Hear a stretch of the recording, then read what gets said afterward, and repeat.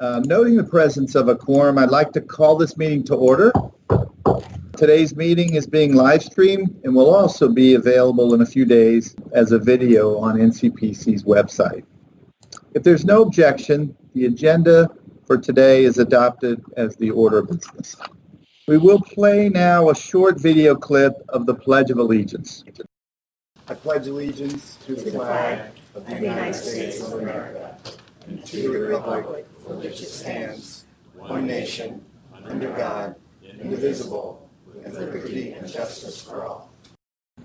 I'd also like to take a moment to pause as a moment of silence for all those affected by COVID-19 in our nation and around the world.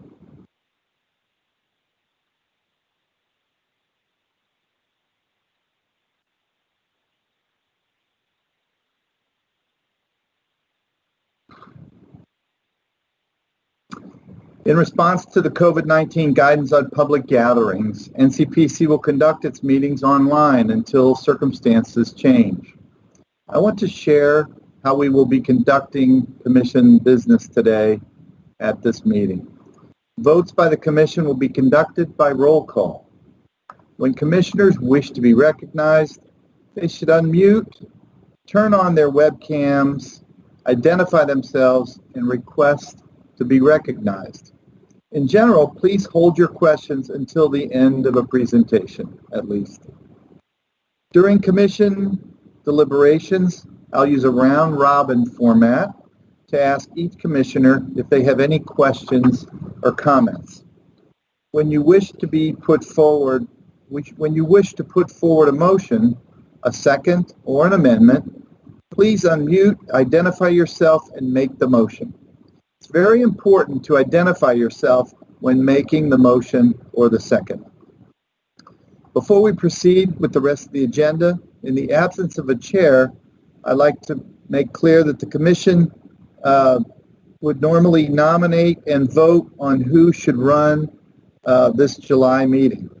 The Commission met earlier today in executive session and selected me to run today's meeting, and I want to thank you for that. So with that, I'd like to move to agenda item 2, which is the Chairman's report. I just want to say that it looks like we have a very busy and important agenda today, so we'll all need to keep our focus and at the same time be mindful of a full agenda. We're all very thankful for the hard work the staff has done to prepare us for today's meeting. Gladly, this is our 4th virtual Commission meeting, so we've all had some practice in operating in this format.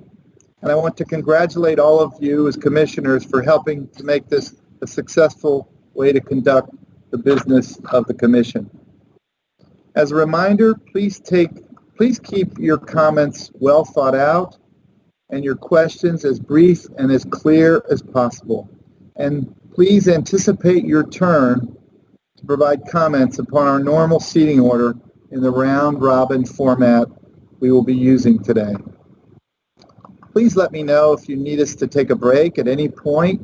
And as always, thank you for your hard work on behalf of the Commission.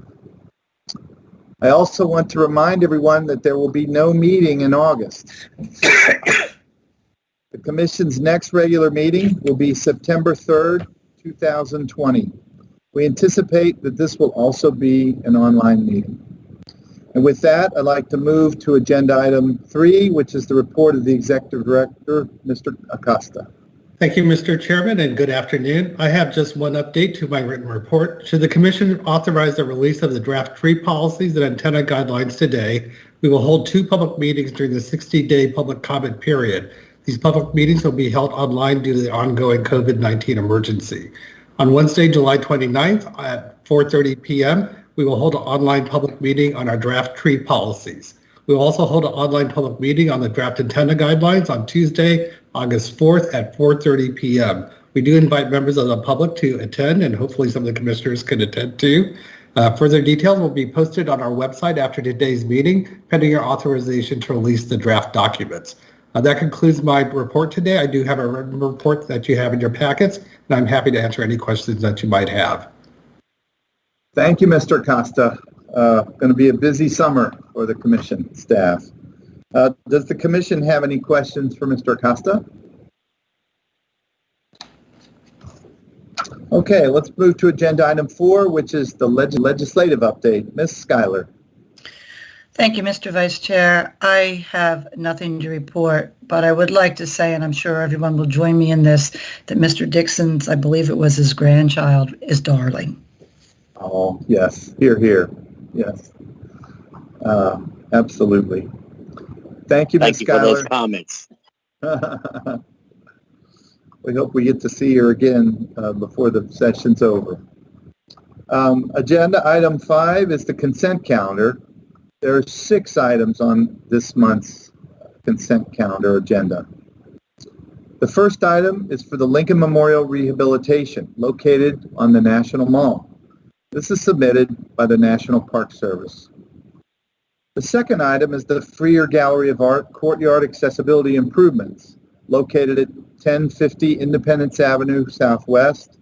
This is submitted by the Smithsonian Institution. The third item is also submitted by the Smithsonian Institution. It's for the Hirshhorn Museum and Sculpture Garden, revised museum entrance sign located at 700 Independence Avenue. The fourth item is for Building B at the George Shultz National Foreign Affairs Training Center in Arlington, Virginia. This is submitted by the General Services Administration. The fifth item is for the Ground Circuit Initiative Tower at Fort Belvoir, Virginia. This project is submitted by the Department of the Army. And the last item is for the Fletcher's Field Park Stream Restoration and Floodplain Enhancement Project, submitted by the Maryland National Capital Park and Planning Commission. I note that we received a written comment letter on this project from Ms. Marian Dabrowski last night, and it was shared with all of you yesterday. She did raise concerns about how restoration projects are being prioritized and coordinated. And I encourage the applicant, the Maryland National Capital Park and Planning Commission, to coordinate with Ms. Dombrowski and other stakeholders going forward. Is there any discussion on the consent calendar items? Is there a motion to approve the consent calendar items? Commissioner Dixon, I move from. Okay, is there a second? Second, Commissioner Wright. Thank you. So, Ms. Coster, did you register those motions and seconds? I did. Commissioner Dixon made the motion. Commissioner Wright seconded, and I'll start in with the roll call. So, Commissioner McMahon? Yes. Commissioner May? Commissioner May? Sorry about that. Yes. Okay. Commissioner Argo? Yes. Commissioner White? Yes. Commissioner Gallus? Yes. Commissioner Wright? Yes. Commissioner Dixon? Yes. Commissioner Cash? Yes. Commissioner Ginsburg? Yes. Thank you. Okay, so thank you, and I believe the motion has carried unanimously. So, good work. We're moving right along with our agenda today. Let's now move into the action item portion of our agenda. Agenda item 6A is for approval of comments on amendments to the master plan for the Department of Homeland Security headquarters consolidation at St. Elizabeth's. And Mr. Webb will make a brief presentation.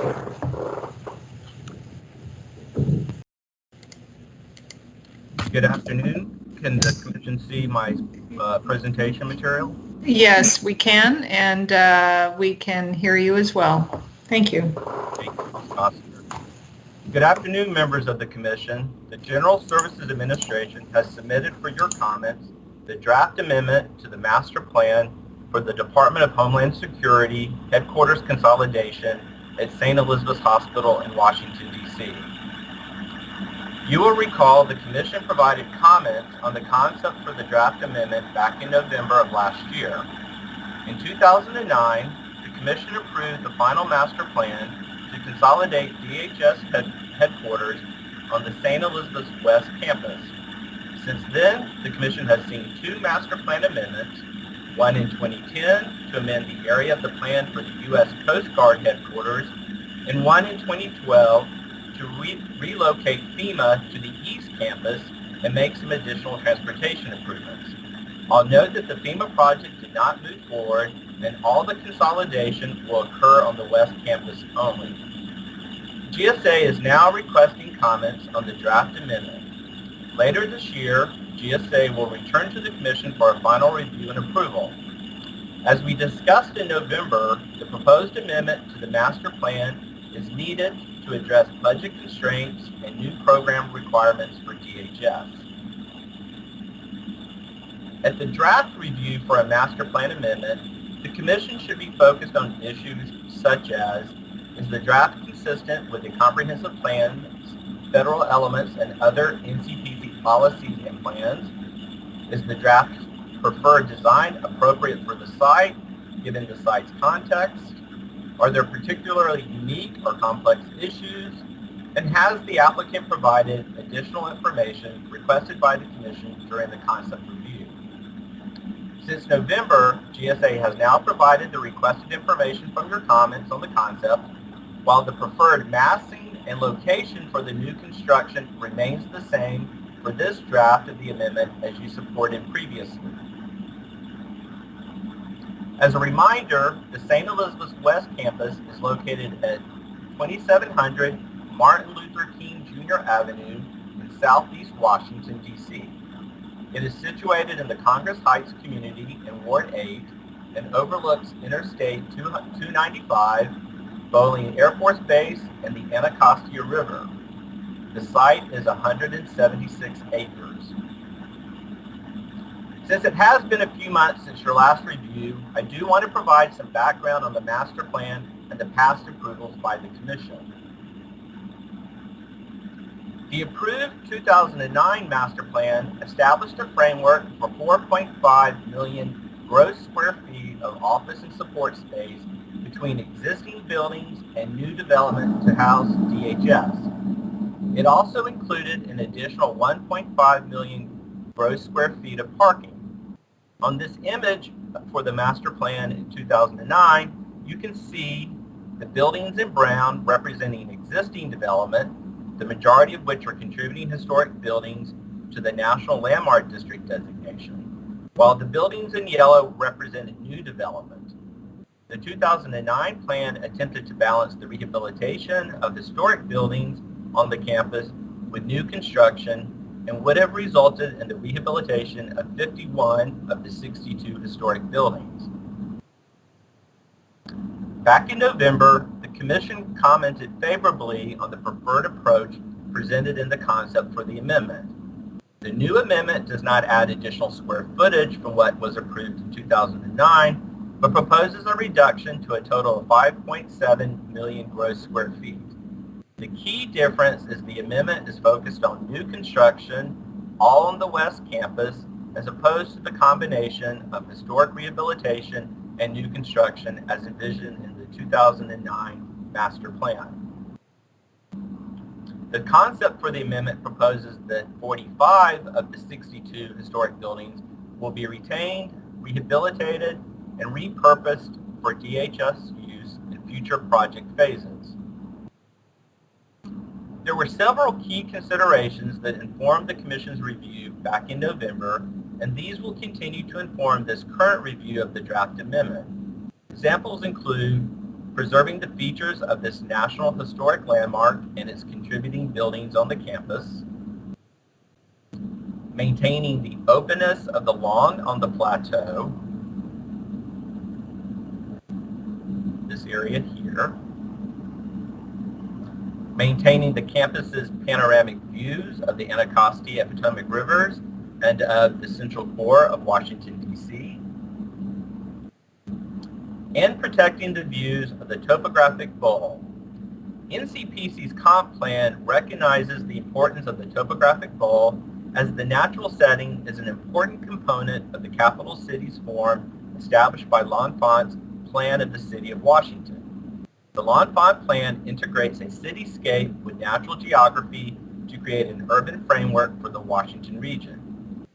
The unique integration of Washington City Plan with its natural geography produces sweeping views of the urban and natural landscape from the surrounding topographic ridgelines.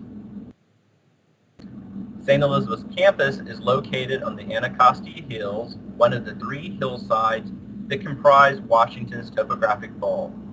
It is visible from prominent locations around the city. In this image, you can see the smokestacks. Hopefully, you were able to use the virtual tour earlier to orient yourself to the campus. As we discussed in November, in 2018, GSA reinitiated the Section 106 consultation process to engage the federal agencies and consulting parties and members of the public. As such, staff commends GSA for fully engaging partner federal agencies and the Section 106 consulting parties through the evolution of the design process for the master plan amendment. Staff notes that based on the evaluation during the ongoing Section 106 consultations in 2018 and 2019, GSA arrived at a preferred massing option for the new construction of 2 approximately 600,000 square foot buildings on the western edge of the plateau and along the slope of the ravine, and a 175,000 square foot building located near the Coast Guard building. The Commission commented favorably on this approach back in November. Also back in November, the Commission requested updated renderings showing the impact of GSA's preferred concept on the topographic bowl and the tree line. For this submission, GSA has provided new renderings, including this view from Hains Point, showing the new development and its relationship with the topographic bowl. And here is a rendered view looking towards the campus from Arlington House. Staff finds that GSA evaluated a range of design options to address the needed square footage requirements for the new programming while balancing historic preservation considerations. Here is a rendering looking southwest on the plateau towards the new development. This is what we call the ravine building, and then over here is the South Lawn building. In terms of heights, the 2 new buildings located on the western edge of the plateau will be no taller than 7 floors with the tallest components measuring 249 feet for the southern building and 237 feet for the building adjacent to the ravine. The ravine is envisioned to be transformed into a plaza space, allowing for a new pedestrian connection from this part of the West Campus up to the plateau area via a pathway up the hill, while retaining as much of the natural landscape feel as possible. Here's a rendering with a view towards the plateau with the historic Hitchcock building where my mouse is. And here is a rendering looking towards the proposed new ravine building and lower plaza with the historic smokestacks on the right side of the image. The design of this building will address the severe stabilization issues of the slope of the ravine that occurs in this location. During early discussions with the agencies and consulting parties, GSA also identified the need for a new 175,000 square foot building to house DHS's intelligence and analysis functions, identifying a location to the north of the Coast Guard's Monroe building and up the hill from the historic cemetery. GSA has indicated that this building will be largely underground with the above ground components to mimic the design of the Coast Guard building, but scaled in height to be deferential to it. GSA has provided additional massing options for this building in this submission, which appear to minimize any view shed impacts concerns from the concept review. However, this will be further evaluated and refined when this building returns for an individual design review in a later phase. Now I want to walk you through historic preservation considerations of the draft amendment. As I mentioned earlier, while the 2009 master plan attempted to balance the rehabilitation of historic buildings on the campus with new construction and would have resulted in the rehabilitation of 51 of the 62 historic buildings, this draft proposes that 45 buildings will be retained, rehabilitated, and repurposed for DHS use in future project phases. While the center building has been fully rehabilitated to serve as the Secretary of DHS offices, GSA discovered that many of the historic buildings were significantly structurally challenged and more deteriorated than previously understood. The historic buildings were also challenging to work with in terms of adapting the floor plates for new uses. Under the draft amendment, the 5 historic pavilion buildings will be demolished on the Plateau area, while the historic buildings of Administration Row will be retained. In considering locations for the new construction on the Plateau, there was general agreement that the Administration Row buildings on the east side of the lawn on the Plateau were more significant than the historic pavilion buildings on the Plateau, and that they should be retained and appropriately stabilized and mothballed until GSA could identify future adaptive reuses and secure funding for rehabilitation. As such, staff finds that while the preferred design best balances program needs with historic preservation considerations, it has a greater impact on historic resources than the 2009 plan, and that it requires the demolition of 3 additional historic buildings, buildings 15, 66, and 69. Per the Commission's request in November, GSA has evaluated whether these buildings could be preserved and found it not feasible, particularly buildings 66 and 15. Regarding building 69, staff notes that the applicant has indicated in the draft the intent to demolish building 69 as its proximity to the exterior perimeter wall does not meet the minimum required offset distance and could require extensive modifications. However, GSA has committed in the Section 106 draft Memorandum of Agreement to evaluate Building 69 to determine if it can be feasibly retained and used as a federal government office space. Currently, Building 69 establishes a focal point on the southern end of the lawn on the Plateau and an axial balance to the Hitchcock building on the northern end of the lawn.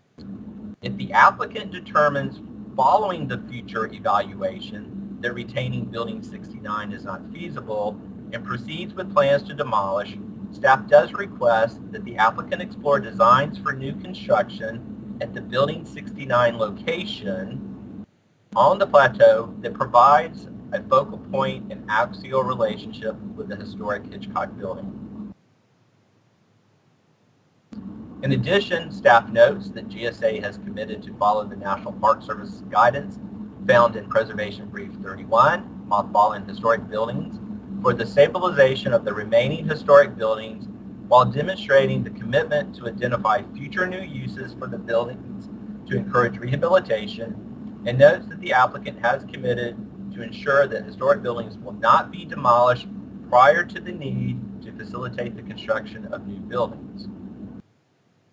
As requested in November by the Commission, GSA has now provided information on the campus stormwater management plan, also project phasing, and tree removal and replacement, indicating the amendment to the master plan will continue to comply with NCPC's federal environmental element of the comp plan. In addition, I will note that all future individual building applications will be subject to subsequent Commission-approved tree policies of the comp plan. Staff also commends GSA for submitting a strong transportation management plan and for DHS for complying with NCPC's parking ratio of 1:4 for standard shift DHS staff. The transportation management plan includes strategies for decreasing single occupancy vehicles use, including offering shuttle services from nearby metro stations and encouraging ride sharing. Therefore, staff recommends that the Commission comments favorably on the overall preferred approach presented in the draft amendment to the master plan. The applicant has responded to the Commission's comments and information requested at the concept review. Also, staff finds that GSA's preferred massing design best balances DHS's programmatic needs to consolidate its workforce at St. Elizabeth's West Campus with historic preservation considerations in the context of a National Historic Landmark, and that the design retains the historic Administration Row buildings on the Plateau and the open character of the lawn, retains the panoramic views and porosity of buildings across the lawn towards the river from the Administration Row buildings, locates 2 of the large new buildings on the Plateau near locations previously approved for new construction, locates 1 of the new buildings along the slope of the ravine, allowing for the historic power plant and smoke towers to be retained and integrated into the new building while addressing the issues of slope stability. And finally, minimizes the impact of use towards the West Campus, particularly on the ridgelines of the topographic bowl. In addition, staff notes that a new Memorandum of Agreement for Section 106 will be executed to address agreed upon mitigation measures commensurate with the adverse effects resulting from the Master Plan Amendment, and that GSA has released a draft supplemental environmental impact statement for public review and comment through July 16th of this year. And finally, staff notes that individual buildings and landscapes will be designed at the individual project stage and submitted for Commission review and approval. As I've already covered the rest of the recommendations, I will conclude my presentation now. I'll note that Christy Tunstall-Williams with GSA is here, as well as members of the design team from ZGF Architects to help answer any questions you may have. Thank you very much. Thank you, Mr. Webb, for that informative presentation, and thank you also for providing us with that nice virtual tour that we got to view. Unfortunately, our tour was canceled, so we weren't able to go visit this beautiful site physically, but the virtual tour really helped a lot. So thank you very much. You're welcome. It was helpful. Before we begin the commission discussion, do any commissioners have any questions for Mr. Webb or any of the staff or the applicants?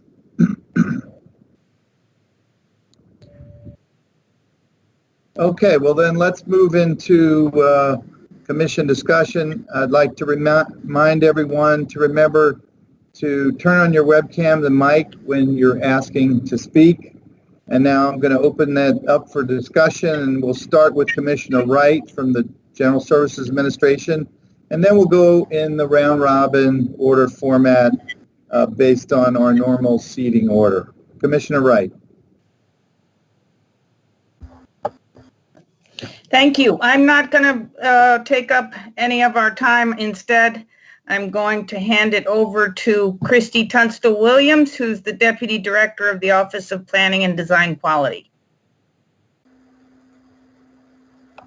Christy? Thank you. Yes, thank you, Mina. And I'll be very brief. I know you all have a long agenda, but first we wanted to thank the Commission for your time today and for your consideration of this project, but also to acknowledge the support of the Commission staff, Lee Webb, Matt Fliss, and Diane Sullivan, who've been instrumental for partnering with our agency to work through kind of an unconventional consultation and review process, not only in the realm of COVID, but also, as you may remember, when we came to you previously, we had an instruction from our congressional appropriators to get to an approved plan that we could all live with back in December of 2018, and then the due diligence has been sort of catching up to that. And so we do appreciate the Commission's flexibility as well as the staff in allowing us to work in that manner. So you will notice, as Lee said, there isn't a lot of change in the design work, but what we've been doing for the last 18 months is completing the Section 106 analysis as well as the transportation and other environmental analysis to ensure that we're mitigating any additional impacts that may arise from this action. And then I just wanted to say that we have, I have Chris Mills from the Department of Homeland Security, as well as Otto Condon from ZGF Architects and Joan Lynn from Stantec on hand to answer any questions that the commissioners may have. Thank you, Ms. Tunstall-Williams. Good to see you again. So I think with that, let's go to the commission to see if you have any comments or questions. So I'll start. Is Commissioner Trueblood, has he joined us yet? No, he is not. Okay. Then let's go to Commissioner McMahon. Hey, good afternoon. Thank you. No, very good presentation reflecting some of the comments that we made in November, and I have no other comments to make. Thank you. Thank you. Commissioner May. Yeah, just a few comments. First of all, I do appreciate the work of GSA and their design team to try to make the best of this situation of trying to fit in too much program in a site that's already over-programmed. And I appreciate the staff's report and their analysis and everybody's work getting us to this point. I do have a few comments excerpted from a letter that we provided to GSA just a few days ago, well, a week ago, I think, regarding the impacts of this amendment on the National Historic Landmark. As you know, the National Park Service has multiple interests in this project. We own property. We have jurisdiction over property that's immediately adjacent to it, and also, as you saw from some of the visualizations, these new buildings will be quite visible from a number of park locations, and will alter the view of the topographic bowl, which is always a concern of ours. I will say the biggest concern that we do have, and this has been ongoing from the very beginning of the project, have to do with the impacts of the developments on the campus, on the National Historic Landmark. And this amendment introduces new adverse impacts beyond what was previously proposed in the 2008 master plan and the 2012 amendment. The proposed structures B1 and B2 do not maintain the relationship, the existing relationship between the existing buildings on the plateau area. The design, feeling, and spatial integrity of the plateau will be altered, will be lost, as the remaining historic structures will be dwarfed in size, and thereby impacting the overall integrity of the historic district. If more of these large structures were actually put underground, the effects to important views could be reduced significantly. So we encourage that in the further development of the design. National Park Service continues to remain concerned about the future of the St. Elizabeth's campus, as this master plan amendment may set precedent for future amendments and greater loss of more contributing resources. So, as I said, we continue to be concerned about the development, but that does not mean that I will be voting against it at this point. As I said, I think that they've done the best that they can with a very difficult situation, but it is our job to speak for the National Historic Landmark, and so that's what the department has done, and that's what I've shared with you. Thank you. Thank you, Commissioner May. Commissioner Argo. Thank you, Commissioner. I do not have, I thought I did, but I do not have any comments at this time. Appreciate the presentation. I spent a lot of time up on that campus in my days with the administration. It's a beautiful site. Appreciate all the work that's being put into this development. No other comments. Thank you very much, Commissioner Argo. Commissioner White? Yes, thank you. I also appreciated the presentation and remember the early visit that we made to the campus. So I'm really pleased to see that this is moving forward, but I don't have any questions. Thank you. Great. I'm jealous I didn't get to go. So glad you got to see it. Commissioner Dixon.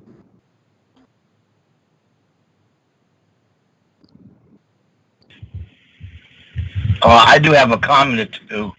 First of all, I'm excited to have this work done in what I call R, Anacostia River East.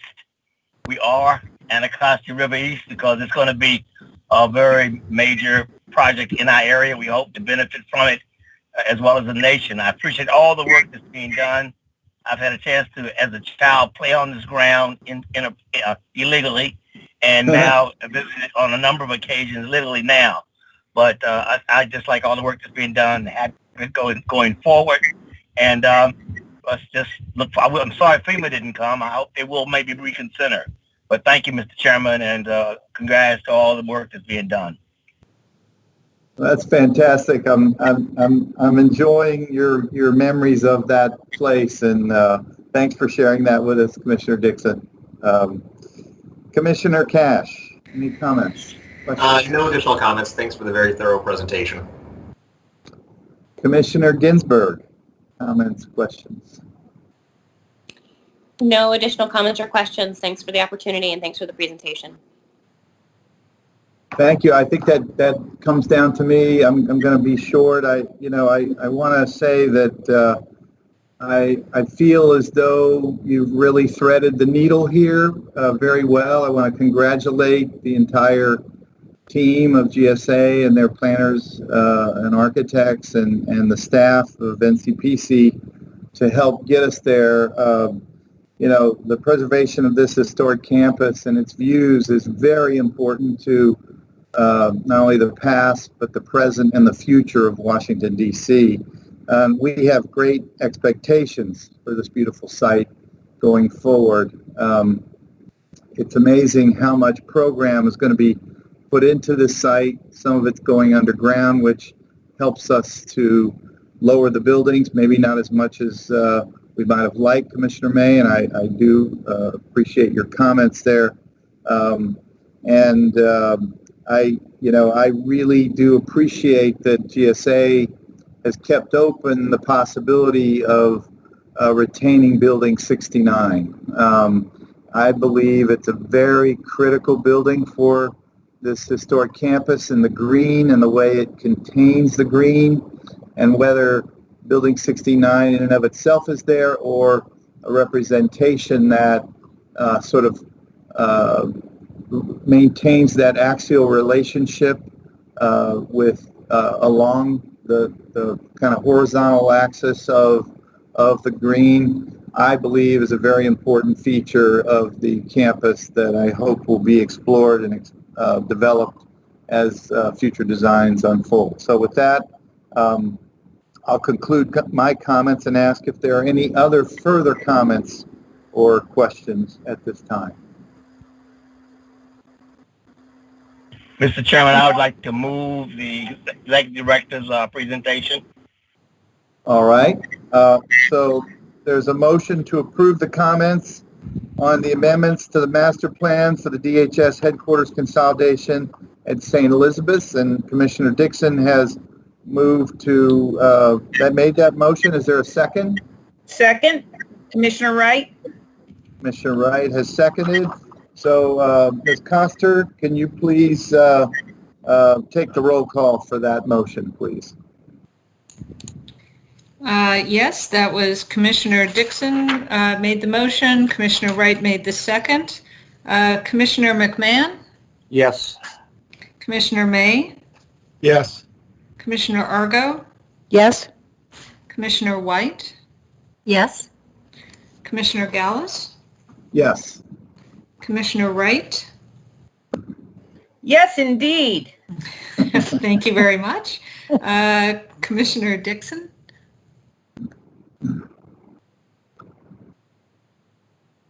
Yes, and I want to congratulate our chair for paraphrasing Frederick Douglass in his introduction a few minutes ago.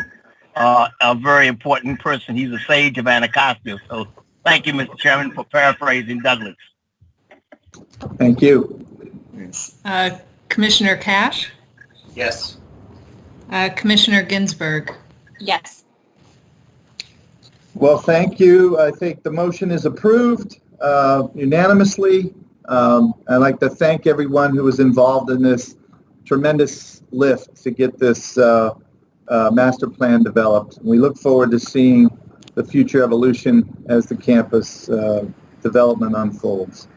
Let's move to agenda item 6B, which is approval of preliminary site and building plans for the NIH Alzheimer's disease and related dementias temporary facility.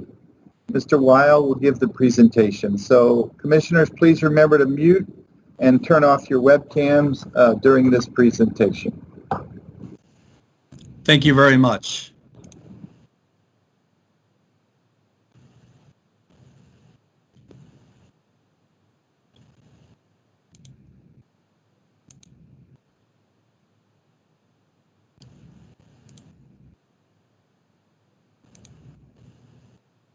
Okay, can everyone see my screen? Yes, we can see your screen and hear you. Thank you very much. Good afternoon, members of the Commission. The United States Department of Health and Human Services has submitted a proposal to construct a new 24,000 square foot single level modular building at its NIH campus in Bethesda, Maryland.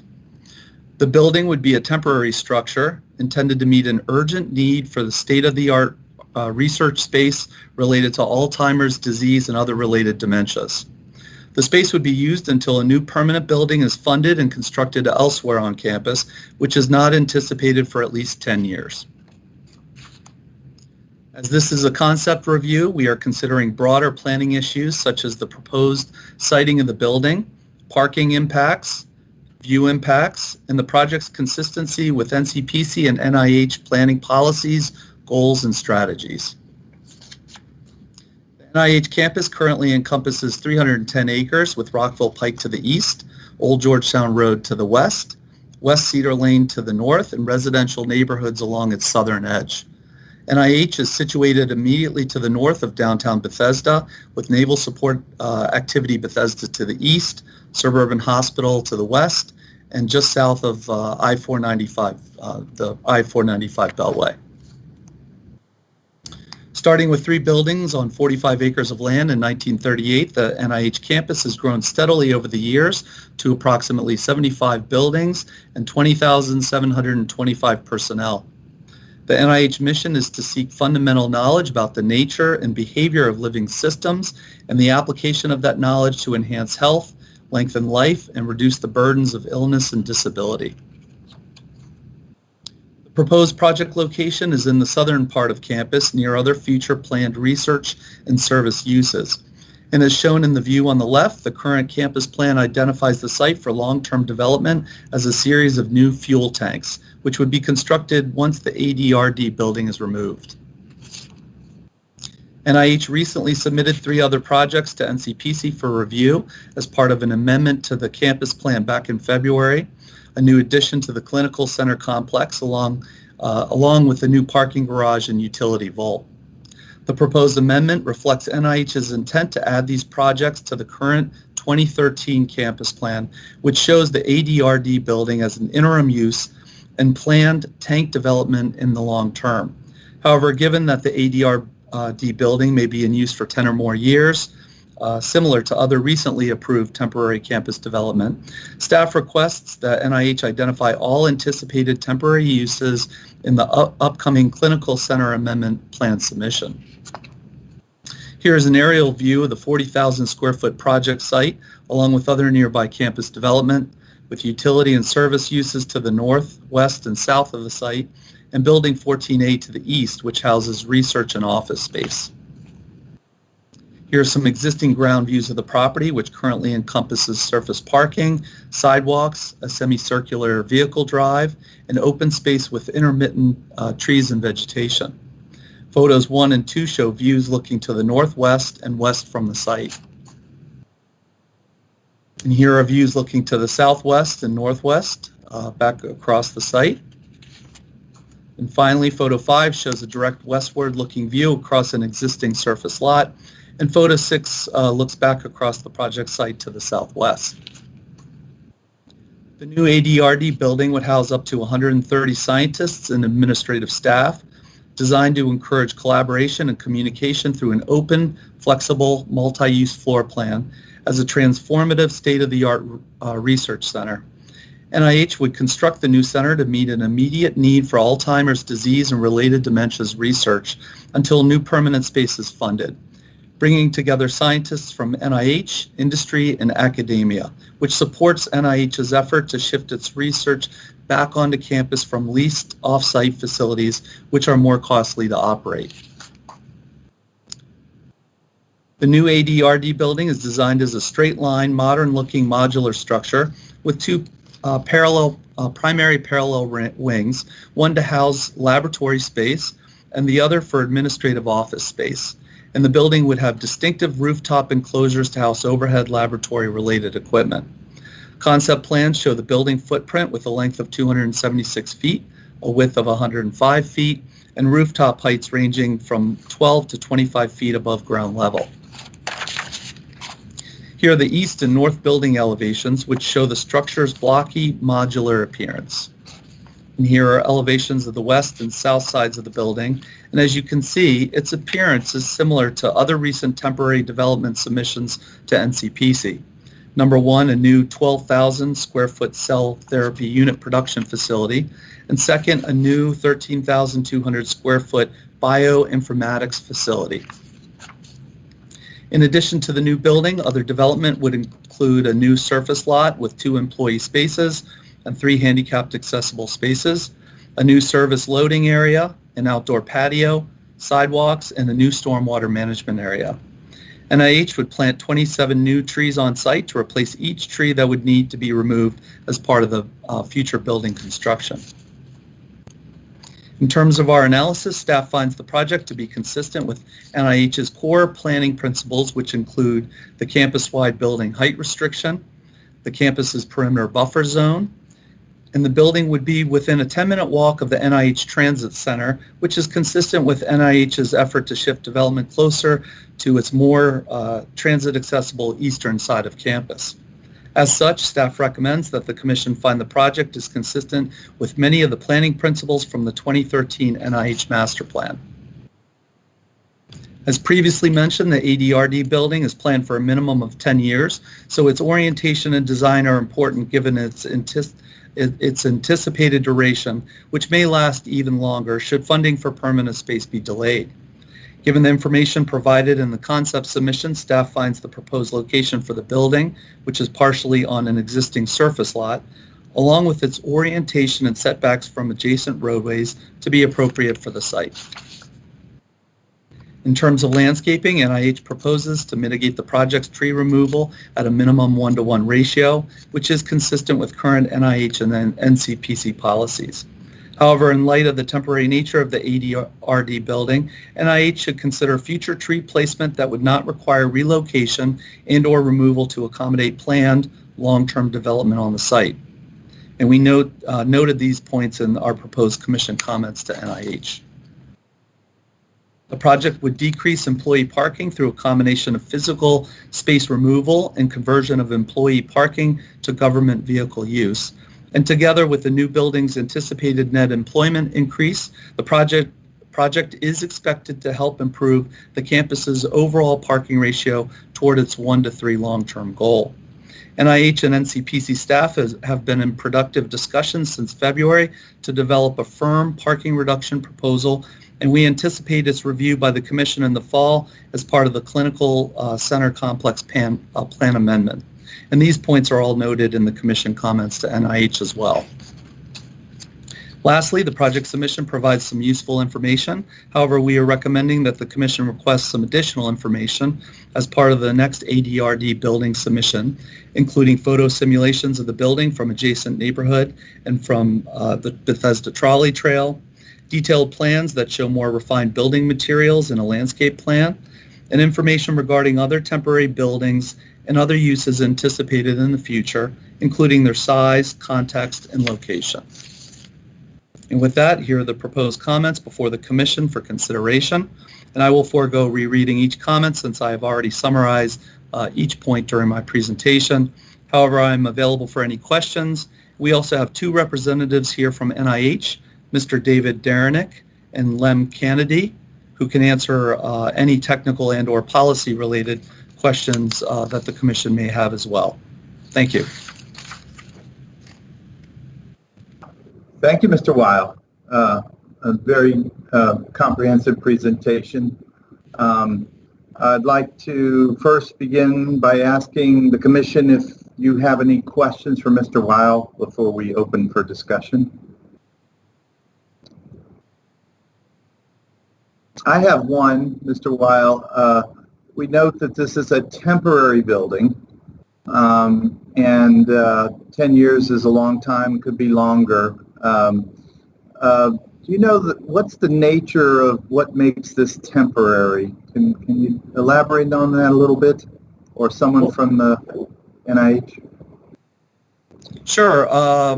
If NIH would like to jump in, I believe the Department of Health and Human Services policy for temporary structures are to allow temporary modular looking buildings on a federal campus as long as the program that requires the building is funded for within 5 years, or there's a need for the program, an urgent and immediate need. However, funding is not anticipated for 10 or more years.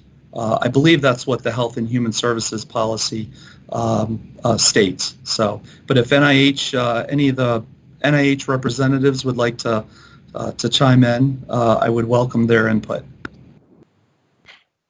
Yes. My name's Dave Darenick. I'm an architect with the NIH. And I think Michael captured that well. I want to thank him for his presentation and for the preparatory work that went into this. Yeah, again, temporary construction.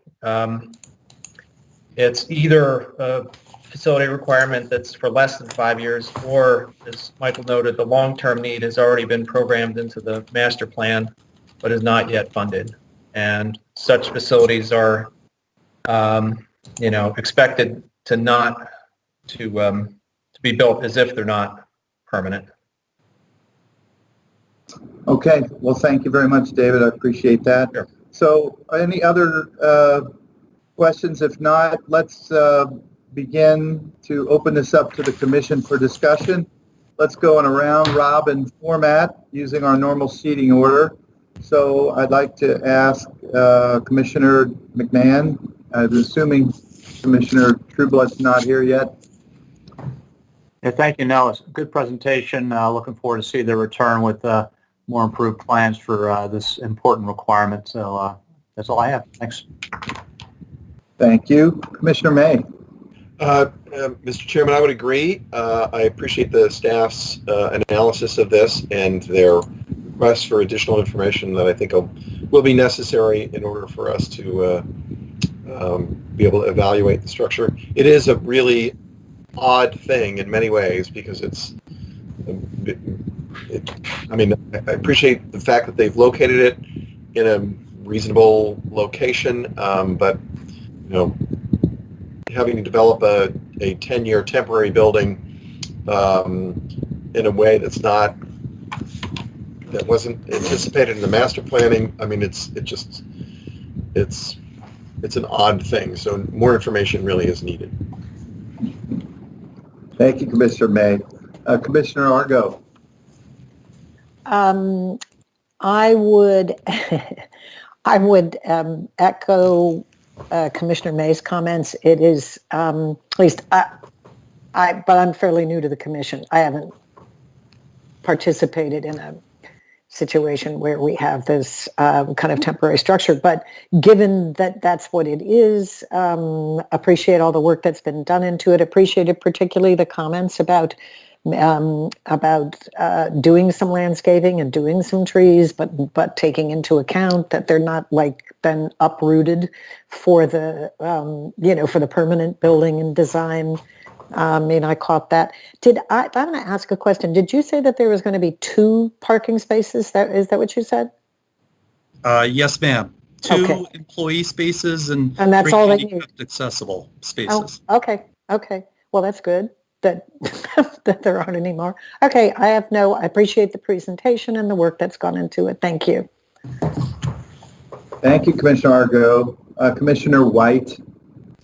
I would just concur with Commissioner May and Commissioner Argo. It is sort of an odd thing, but I appreciate the careful attention and also at least trying to address the landscaping without knowing the permanent solution, but at least maybe that will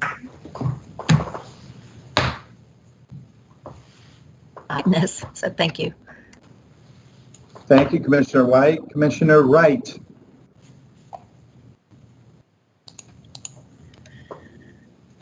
Whoops. Well, I'm going to take a pass on this one because I've roughed up NIH enough, I think, in previous iterations of the master plan. I think it is a little odd in terms of a planning process, but I would also agree with Commissioner White that the landscape plan goes a long way towards mitigating that. I'm going to leave it alone. Thank you. Commissioner Dixon. No comment. All's good. Thank you. Commissioner Cash. Yeah, I definitely agree on the landscaping, and I thank you for the great presentation, and no other comments. Thank you. Commissioner Ginsburg.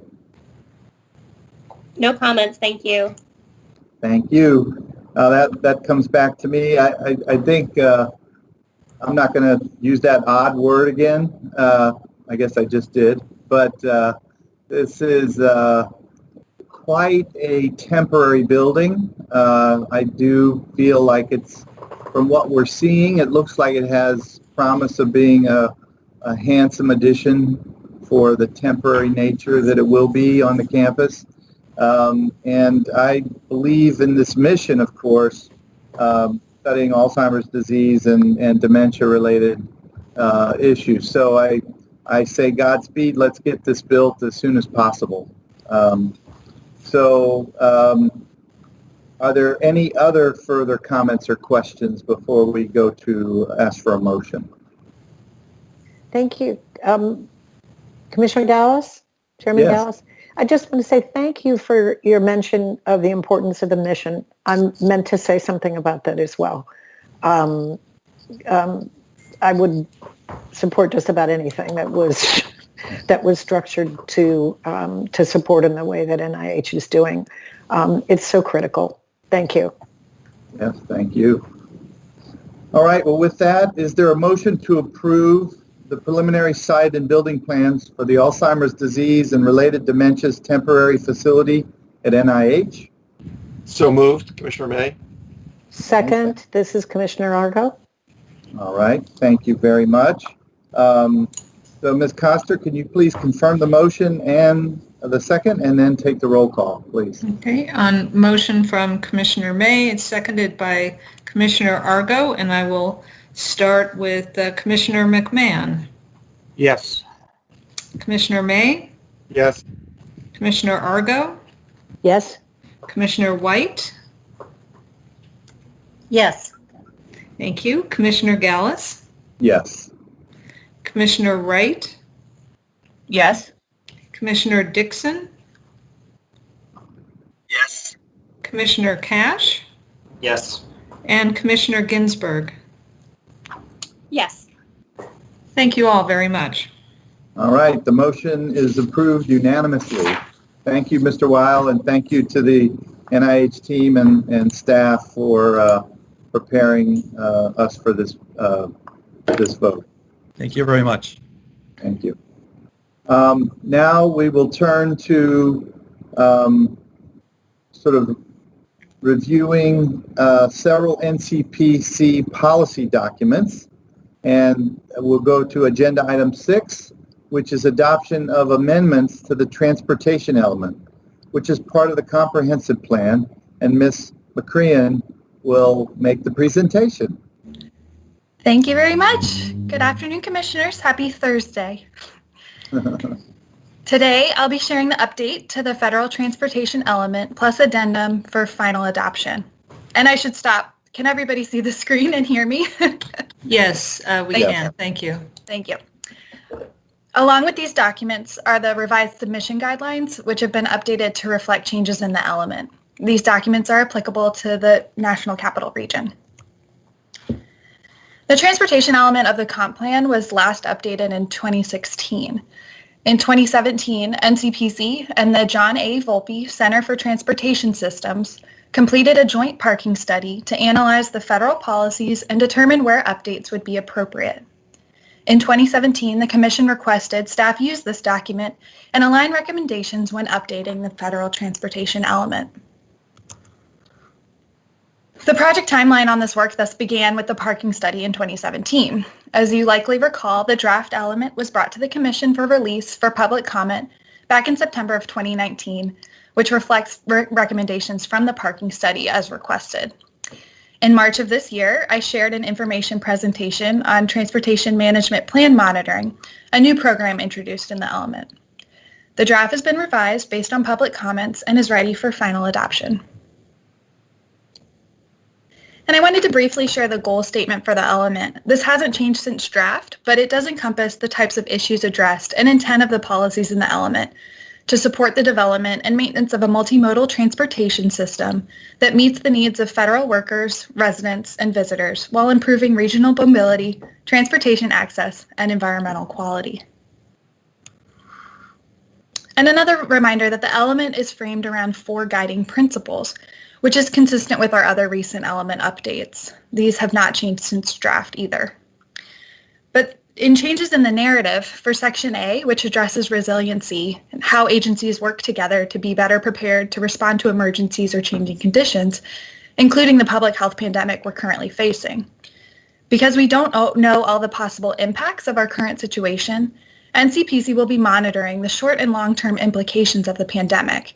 However, this element overall takes a long-term approach with the policies. Section D, those policies encourage multimodal access and reducing demand for single occupancy vehicles, including policies on transportation management plans, workplace parking, and visitor parking. This section is where the majority of updates from the draft were made in addition to the addendum. And if you'll note, all the policies can be found in Appendix D, which is the policy summary. Now, as I mentioned, since the draft release, staff has revised the element, addendum, and submission guidelines to address comments related to the parking ratio policy, the deviation process, transportation management plan monitoring, and charging for employee parking. You can find these topics and other comments and how they were addressed in the Appendix C, response to comments. I'll go through each topic individually for the remainder of the presentation. Beginning with the parking ratios. So after the release of the 2019 draft element, NCPC received comments from the District Department of Transportation and a joint letter with the District of Columbia Office of Planning, as well as the City of Arlington, to reduce the amount of parking allowed at federal facilities, specifically within the L'Enfant City and the transit-rich corridors. You'll note that's the yellow outline for the L'Enfant City and the navy outline bubbles for the transit-rich corridors. Also note that in the draft element, the L'Enfant City was previously known as the regional core. At this point, that ratio was 1:5, and the transit-rich areas were a 1:4 ratio. Following the comments, NCPC conducted a study of existing parking at some federal facilities within these areas. Facilities in the transit-rich corridors, again the navy blue within the historic boundary, include more campus-type facilities, places like the Pentagon, Joint Base Anacostia Bowling, and Joint Base Meyer-Henderson Hall, for example. Assessment of these facilities showed generally lower parking ratios, meaning more parking spaces per employee. This is due to a variety of constraints, including campus planning and often agency mission. Therefore, it was determined that the 1:4 ratio for the transit-rich corridors is already an aspirational but achievable goal for the affected facilities. However, other than a couple of exceptions, the L'Enfant City contains facilities that are not campuses and are able to meet higher parking ratios, with many already demonstrating these. The 2017 parking study confirmed that the L'Enfant City could support higher ratios based on the accessibility metrics outlined for a 2030 goal. Additionally, it's unlikely that new federal campuses would be built within the L'Enfant city boundary, whereas it is very likely that new federal office buildings would be constructed or renovated. So because of these considerations, staff determined to raise the parking ratio in the L'Enfant city from 1:5 to 1:6. Lastly, I'll note the changes from the 2016 policies show that some facilities within the historic DC boundary will have decreases or less stringent parking ratios. The parking study sought to address some of the wide discrepancy that had been reflected in the 2016 plan, as the entire historic boundary is not equally accessible.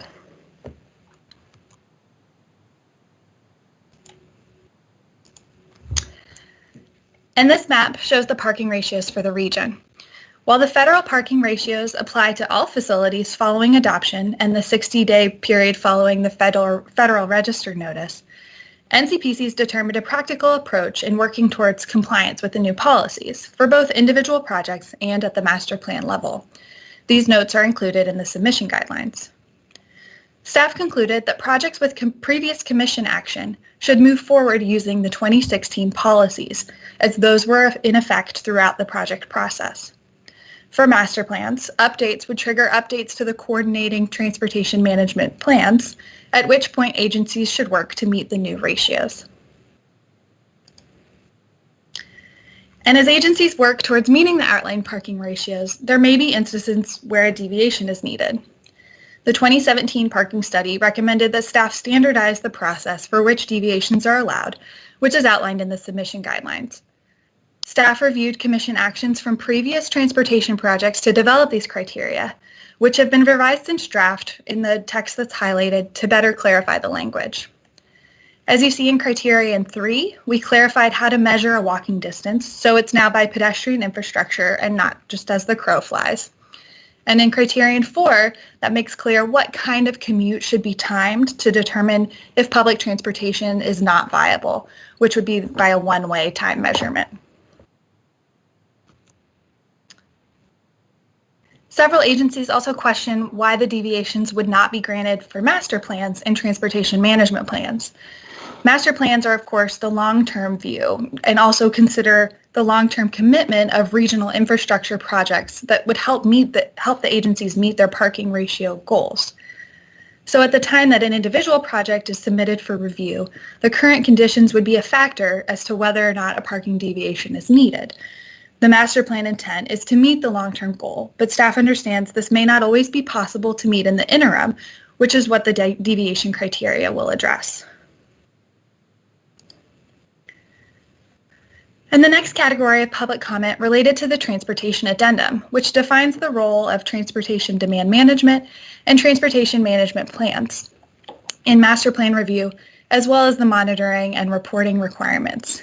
Comments received relate to the need for more information on the monitoring program to ensure that this request is not onerous, as well as new TDM tools that could be utilized by agencies. And I'll just note that a more extensive regional TMP handbook is currently being updated with GSA and COG and NCPC, and that should be released sometime mid-October.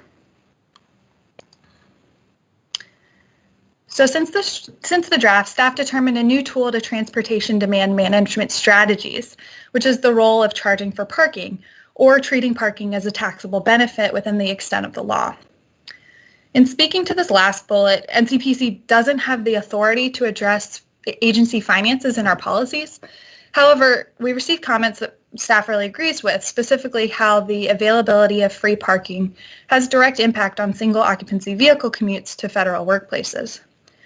While it's not been included previously, staff determined that agencies should be encouraged to utilize charging for parking, or again, alternatively, identifying parking as a taxable benefit, as a TDM tool to achieve their parking ratios within the extent of the law. This depends on individual agency authority, which must be approved by Congress, but it's important to outline for its potentially critical role in reducing congestion and improving air quality. There's a new call-out box in the addendum that addresses this tool, as well as a new policy in Section D that encourages use of this tool as it applies agency to agency. Since the draft, I shared the information presentation on transportation management plan monitoring, and staff has clarified language around this program. As a reminder, the 7 bullets you see cover the typical outline of a TMP. As part of best practices for transportation management planning, federal work sites should institute an internal monitoring process to assess their TDM performance and address strategies as needed to improve that performance over time. That information typically includes mode share, the number of parking spots to employees to calculate parking ratio, and include the status of intermediate transportation goals, along with other significant internal or external transportation changes. So in addition to conducting this internal monitoring process, NCPC has determined that regular reporting is critical to understanding how transportation conditions at facilities are changing over time and whether TDM programs are effectively managing travel demand. So staff is proposing to receive the results of this internal monitoring and reporting from agencies every 2 years. This biennial report is intended to update NCPC with their progress, and metrics will mimic, again, what the federal work sites will already be monitoring. Staff will coordinate with agencies to initiate and complete the reporting process to ensure the necessary information is provided, and this will be easily uploaded into our submission portal through an online form. And regarding that form, this slide shows the 6 questions that would be requested at the agency. Each of these would have more specificity online, but have been condensed here for clarity's sake. Again, this data should be monitored internally already, so it's intended to be a relatively simple effort to complete. Following the pending adoption of the element, staff will work internally to develop and finalize this online platform, which will be a part of the already accessible submission portal currently used for projects. The goal is to develop and pilot this portal by first quarter, so fall of this year, and we'll start with more recent TMPs. NCPC, again, will be responsible for that agency outreach. And we anticipate their request would be at the same time every year, and we receive feedback from agencies that that's a preferable option as well. And from the agency perspective, the process might look like this graphic, a cyclical endeavor that provides room to revise, reflect, and achieve new goals as needed. This findings, again, would be shared with NCPC. The proposed TMP monitoring will also help the Commission understand larger transportation needs for a facility and determine whether those TMPs are adequately helping facilities meet transportation goals. NCPC plans to share this information periodically with the Commission as an aggregate assessment of agency performance across the region. We hope to show overall trends and to see which strategies are successful or not.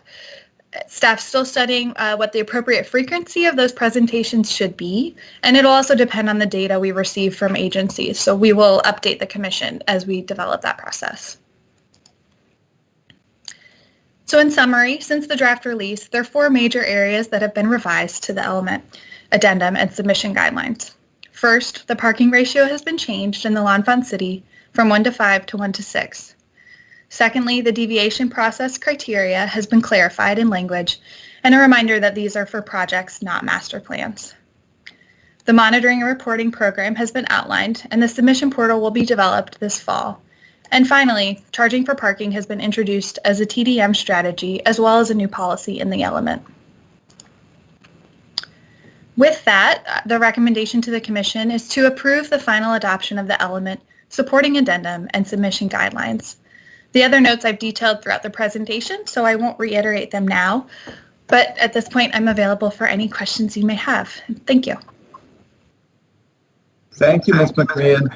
That was a lot of content in a very short period of time. Thank you. I do have a question. I'm getting some feedback, though. I'm not sure where that's coming from.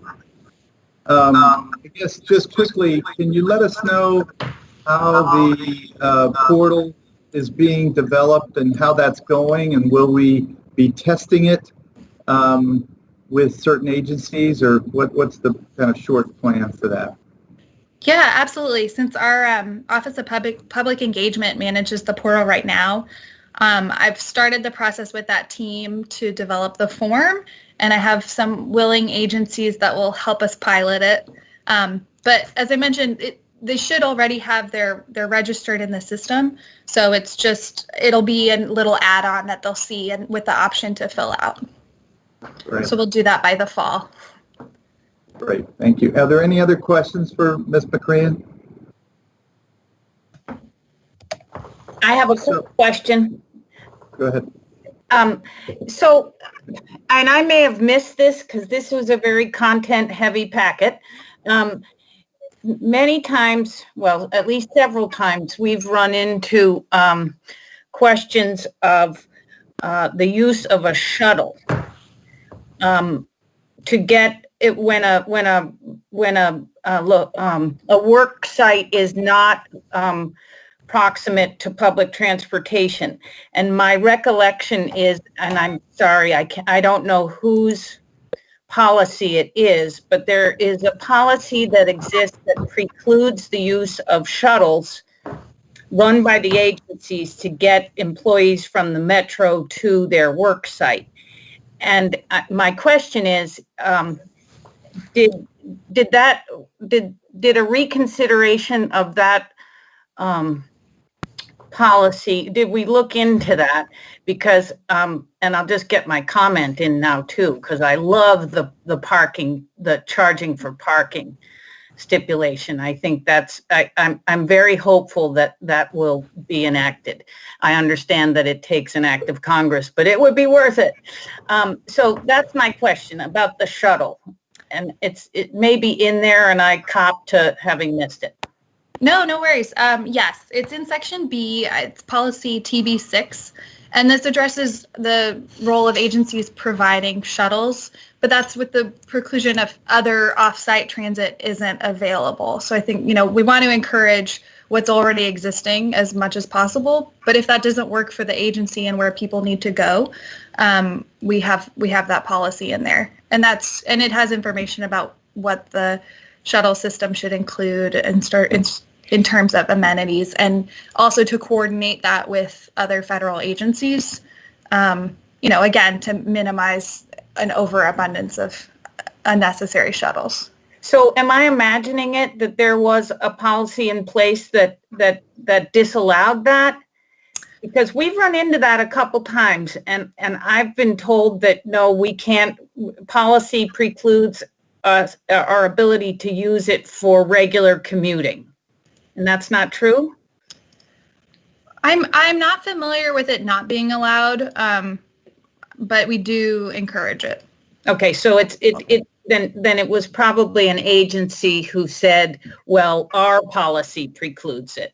Mm-hmm. Is that what you're saying? It could be. Okay. Good to know.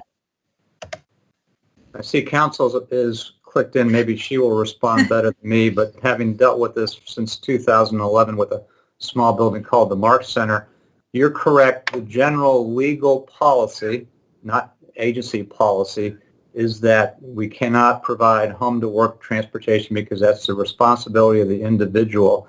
Many agencies do have waiver processes which require GC input, which is how I'm able to provide shuttles and across the Department of Defense. But that starts off with a legal interpretation that the individual responsibility for home-to-work transportation, not an agency policy. Agencies can have policies to waive that, and if they make a determination that for whichever reason those existing home-to-work avenues don't provide, Anna, what's the right word? You can help me with the right word, Samir. I'll stop and let Anna tell me if I'm right or wrong.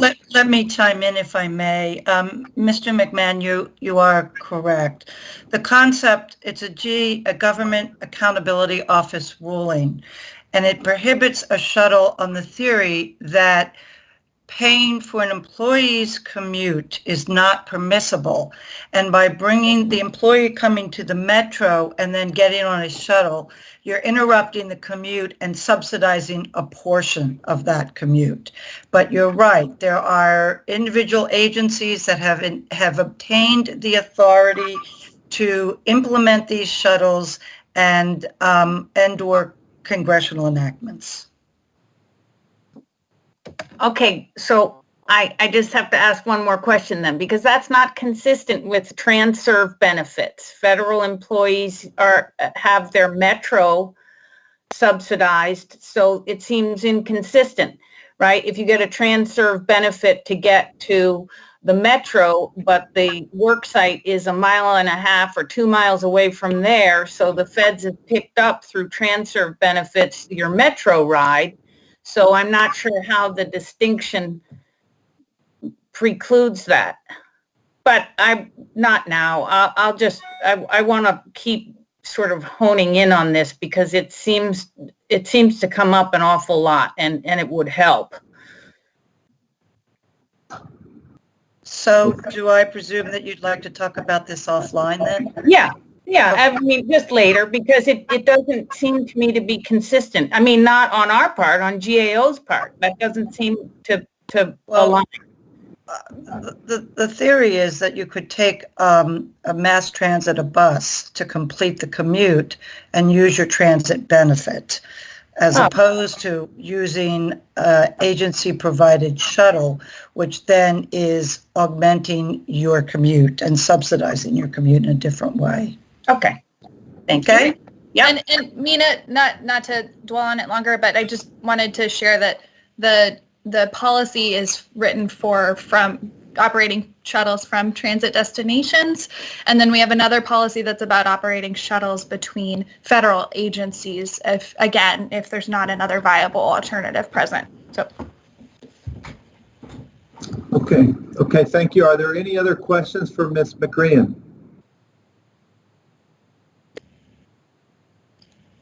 Okay, then let's open it up to the commission for discussion, and let's go in the round robin format using our normal seating order. So let's start with Commissioner McMahon. Yeah, thanks. Good presentation, good brief. I've read through it. I've talked to my staffs. I have 2 or 3 issues, I think, probably 2 I'll just talk about for discussion. One of which, well, I see the 1-to-6 ratio. That obviously affects 2 campuses within the Department of Defense, which raise different issues and challenges than the bulk of federal facilities within the L'Enfant Plaza. I see that being challenging. I recognize that in comments and in response by staff, they continue to use the words aspirational on the 1-to-6 ratio, and I presume that as we go through with current projects and with future master plan addendums for the Washington Navy Yard and Fort McNair, that thought and that comment back will be reflected in the Commission's review of those changes. Both those places provide challenges in terms of the workforce that they support, where they're required to live, and really the lack of good mass transit connections today, and for at least what I can see the immediate future, to say that we can do anything but strive and aspire to 1-to-6.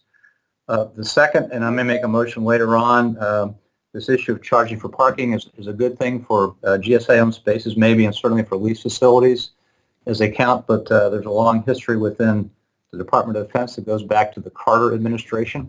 Yes, I had to research that as part of the Mark Center regarding the history of charging for parking in government-owned facilities, and I may recommend that we eliminate that particular requirement and discussion item as part of our policy until such time as Congress chooses to take action.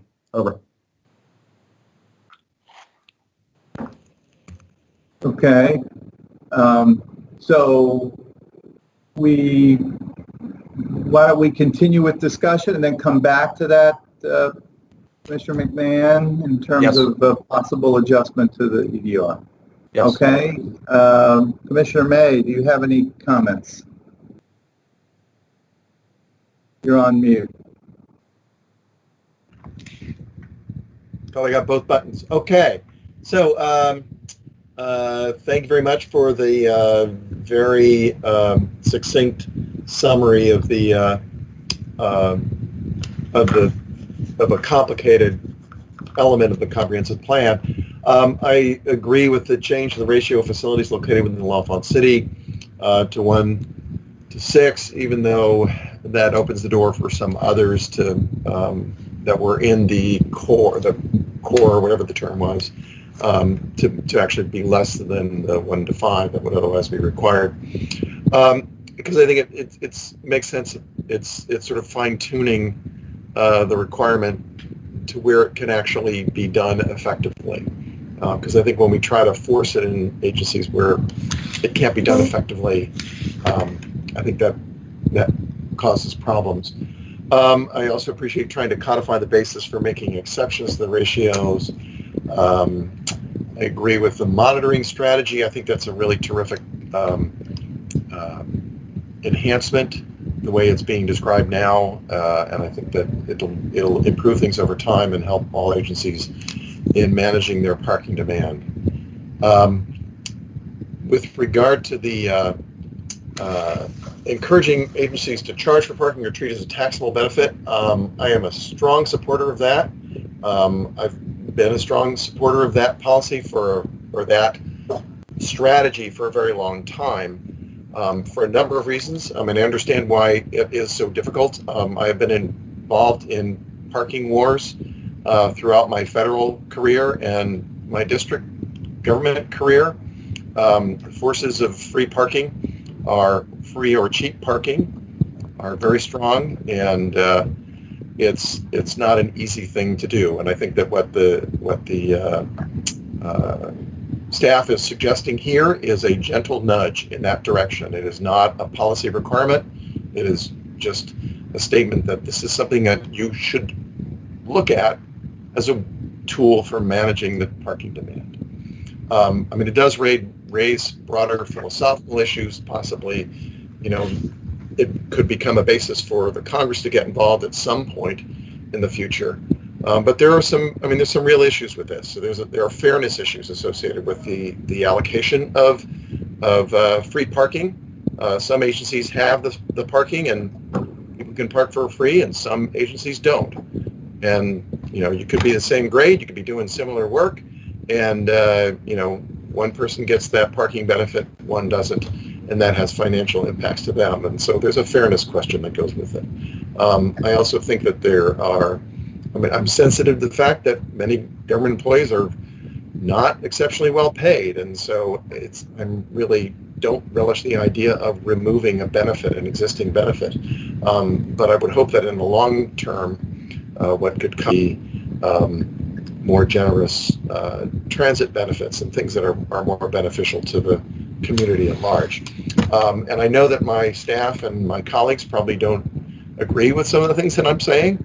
When it comes to how it may affect them. I understand that perfectly. Again, this is just a nudge in the direction. It's trying to encourage the use of a tool that could be helpful in managing parking demand into the future. So I think it's good that it's in there. I don't think it's a problem that it is in there. It doesn't necessitate anything in particular. It's just acknowledging that this is a way to help manage parking demand. So, just in closing, I would say that the current situation with the pandemic is changing a lot of our normal patterns of how we work and how we get to work, and that's going to continue to happen. And I think there will be some long-lasting effects. And I think that whatever we do today, we could be looking at again in 2 or 3 years. To see if there are other adjustments that might be implicated by what we find in your monitoring. So I appreciate your attention to that. Thank you. Thank you, Commissioner May. Commissioner Argo. Thank you. I think Peter has given a host of very, very helpful comments. I was taking some notes, and I think that anything that we can do to support some of the suggestions. I understand the issue about the potential minefields of issues that could require congressional input or approval, like the taxable benefit issue and all of that. But I would say bring it on. I think the needle is moving on how, and maybe, gosh, I don't know, Peter, maybe it had something to do with the pandemic, but I think the needle is moving on what is going to be more acceptable, and policy changes that I think that we can help drive. I just feel, because of a number of considerations, things are changing. I appreciate the comprehensive report, and also the way we've stretched a little bit, I guess I would put it that way, in seeking goals that I think are significant for us in managing traffic and parking in the region. Thank you. Thank you, Commissioner Argo. Commissioner White. Yes, thank you. I would also concur with Commissioner May's remarks, and I particularly agree with the notion of encouraging this idea of paid parking and rethinking our parking situation. We struggle with this, it seems, with every project that includes, recommended or requested increases in parking. And I think that we have to really take a look at, of course, enhancing our transit, but also some disincentives for parking. So I applaud having that in there as a way for people to begin thinking about this. And I agree that with COVID-19, things are changing, and I think that there'll be more flexibility in how we need to provide parking spaces when there isn't a transit option. So I really appreciate how you handled that in the report. So thank you. Thank you, Commissioner White. Commissioner Wright. Nothing further. I'm also very supportive of the parking charge initiative. It works. I'm living proof. Mm-hmm. Thank you. Commissioner Dixon. Yeah, I think this is a lot of packing in this discussion. First of all, the work that you're going to do, is it all going to be done by the agency, the survey work that you're going to be about? I'm curious as to whether they're all going to be done by agency, or will it be someone who will capture and digest the data as a contractor? Sure. As we pilot this, it will be done internally. Of course, external agencies will have the onus to provide the information, but we'll be looking through the data internally. And as this is new, as I mentioned, we're piloting it. We'll see if that changes, but that's how we'll plan to operate. I also think that, of course, a lot of my colleagues have said things that I appreciate, particularly what Peter said about the equity in this. It's complicated because people who cannot afford to buy a car would have to ride Metro, but in some cases, the Metro public service transportation wouldn't get them to their job. They'd have to find other ways to get to work, and that creates additional costs to them. I don't know how you work around that. Also, parking now is also considering electric charging for electric cars, which are going to be more and more popular. And how do you allocate that and handle that issue when it comes to the spaces that are available with electric? With non-electric, who gets what and how much, and what can you do with that? I also think that the concept of the fact that you can go get a shuttle from an agency to another agency, but not from a public transit stop, like the Anacostia Metro Station to Homeland Security, you can't do a shuttle like that, from what I understood. The problem there, therefore, I know there was a time when there was shuttle from L'Enfant Plaza to the Homeland Security office. So people would use that as an agency-to-agency connection when they couldn't go to the Anacostia Metro Station and get a shuttle from there. So it's I think there's a lot going on here, and I think it's clear there's a lot of unpacking and thought that has to go into this. So those are my thoughts. Thank you, Commissioner Dixon. I don't know if Ms. McCrean, you had any comment with any of those comments or questions? I'll just maybe point the commissioners to section B2, which includes the equity emphasis areas that were developed from COG as well, and putting in an initiative that discusses about how to create a system that doesn't have negative impacts on places that maybe have had negative impacts in the past. Additionally, we just discussed a little bit about internally on providing priority parking spaces for electric vehicles. I understand local jurisdictions have some requirements regarding how many are provided, but at this point we are just saying to provide those in priority areas within parking lots. Having read that section, I don't know whether you spoke to the income level of folks who can't afford to buy a vehicle, therefore they do have to do public transportation, but then can't get to the job site easily. So right. maybe, yeah. No, that's a good point, and we were thinking about some of the emerging technologies as part of last mile connectivity as possible. But yes, I mean it definitely deserves more exploration. Thank you. Not all of us can get on those scooters, Ms. McCrean. Exactly.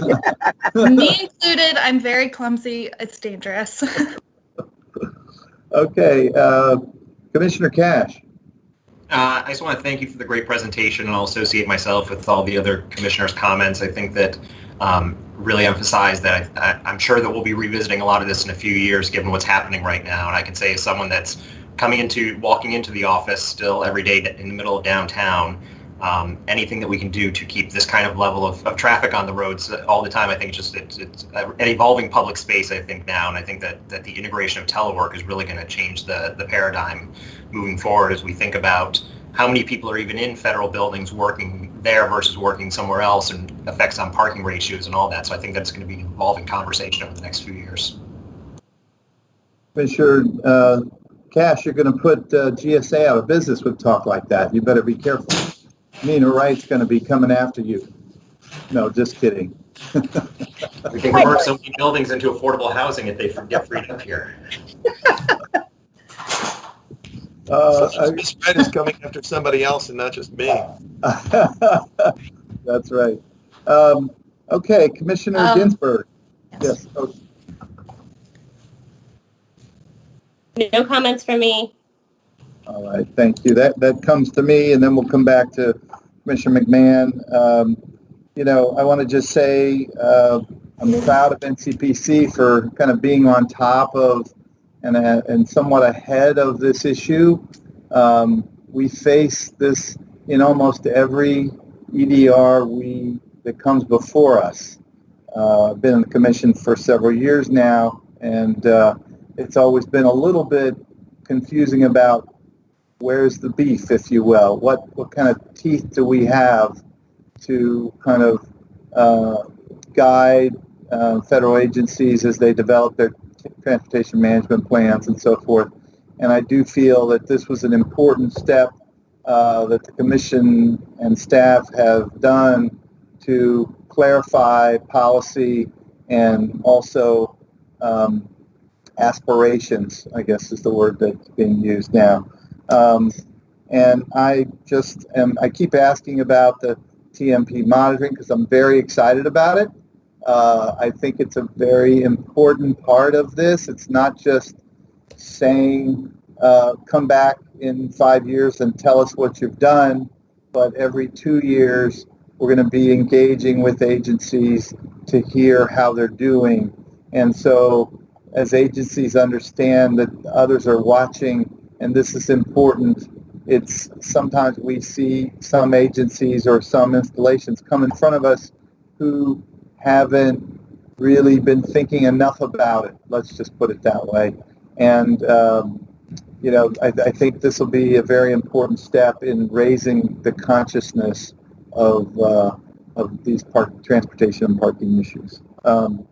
So with that, I'd like to come back to Commissioner McMahon and see how you'd like to proceed with your thoughts and ideas going forward. Okay, thanks. Is that me with my hand raised, or is that Peter with his hand raised? I can't tell. I did raise my hand, and it was about a different issue. Oh. Sorry, I missed it. So would you... You want me to get that out of the way before we come back to Commissioner McMahon? Probably, yes. Go ahead.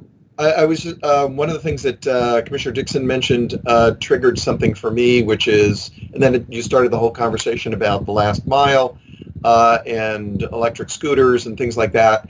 And I was reminded that recently at the Zoning Commission for the district, we started talking about requiring outlets for people to charge their e-bikes and their e-scooters in the required parking spaces that are set up for bicycles. And I don't know that we have necessarily a policy that goes to that, but I would strongly encourage it because I don't know about what's happening where you live, but I see people on e-bikes all the time. And yeah, they do have to get plugged in. I know that I could ride my electric scooter to the office, but I may not make it back on the same charge, right? So, I mean, it's easy enough with a scooter to carry that into an office and plug it in, but e-bikes are a different animal. So having outlets where you're parking bikes, I think actually is a really big thing, and it's as important or maybe even more important in the long run than having places for people to, you know, charge their electric cars. Okay, thank you. Okay, let's go to Commissioner McMahon now. Yeah, thanks. And Peter, thanks for those comments. All you have to say about bringing your scooter into the building. If you're in a GSA building, they may not let you do that. So let's see how that works out. I'm not, so. Well, you're good. Couple of interesting comments. I appreciate everybody else's feedback. I'll get to where I'd like to go here in a second after that. Observation, though, is that because we brought up pandemic a couple times, we know it's having a major impact on teleworking. More critically, at least today, what we're seeing, just for what it's worth, is due to A, a lack of availability, and B, a concern about health and safety, is that we're seeing many more people wanting to drive to work today. And just as a for instance, we had 3 people in our area who were carpooling in, and they all 3 now have coronavirus. So if we're going to relate some of this to pandemic, let's keep in mind the additional health hazards of taking mass transit. It's out there, it's real. So that being said, I still don't agree with TD11. I think since it's a legal issue, it's a congressional issue. To me, I still don't know that we should be requiring agencies to address their desire to charge parking as a taxable benefit when that authority doesn't exist. But understanding that the commission doesn't sound like they have the taste to remove that, I'm going to withdraw that suggestion, and I'm ready to move forward with voting on the overall plan, which I think generally is very good. And since I was in Mark Center 10 years ago supporting a lot of those things, I know this is all doable. Thank you. Wow, thank you. This is a tribute to the collaboration of this body and the work that we're doing. So thank you, Commissioner McMahon, for expressing your concerns that are legitimate, and at the same time hearing the voices of the entire commission in what seems to be the will of the body. So I'll just ask if there are any further comments or questions before we ask for a motion.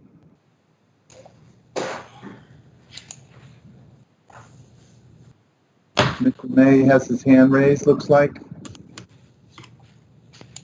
No? Yes? No. It was lowered. It was raised before. I didn't lower it.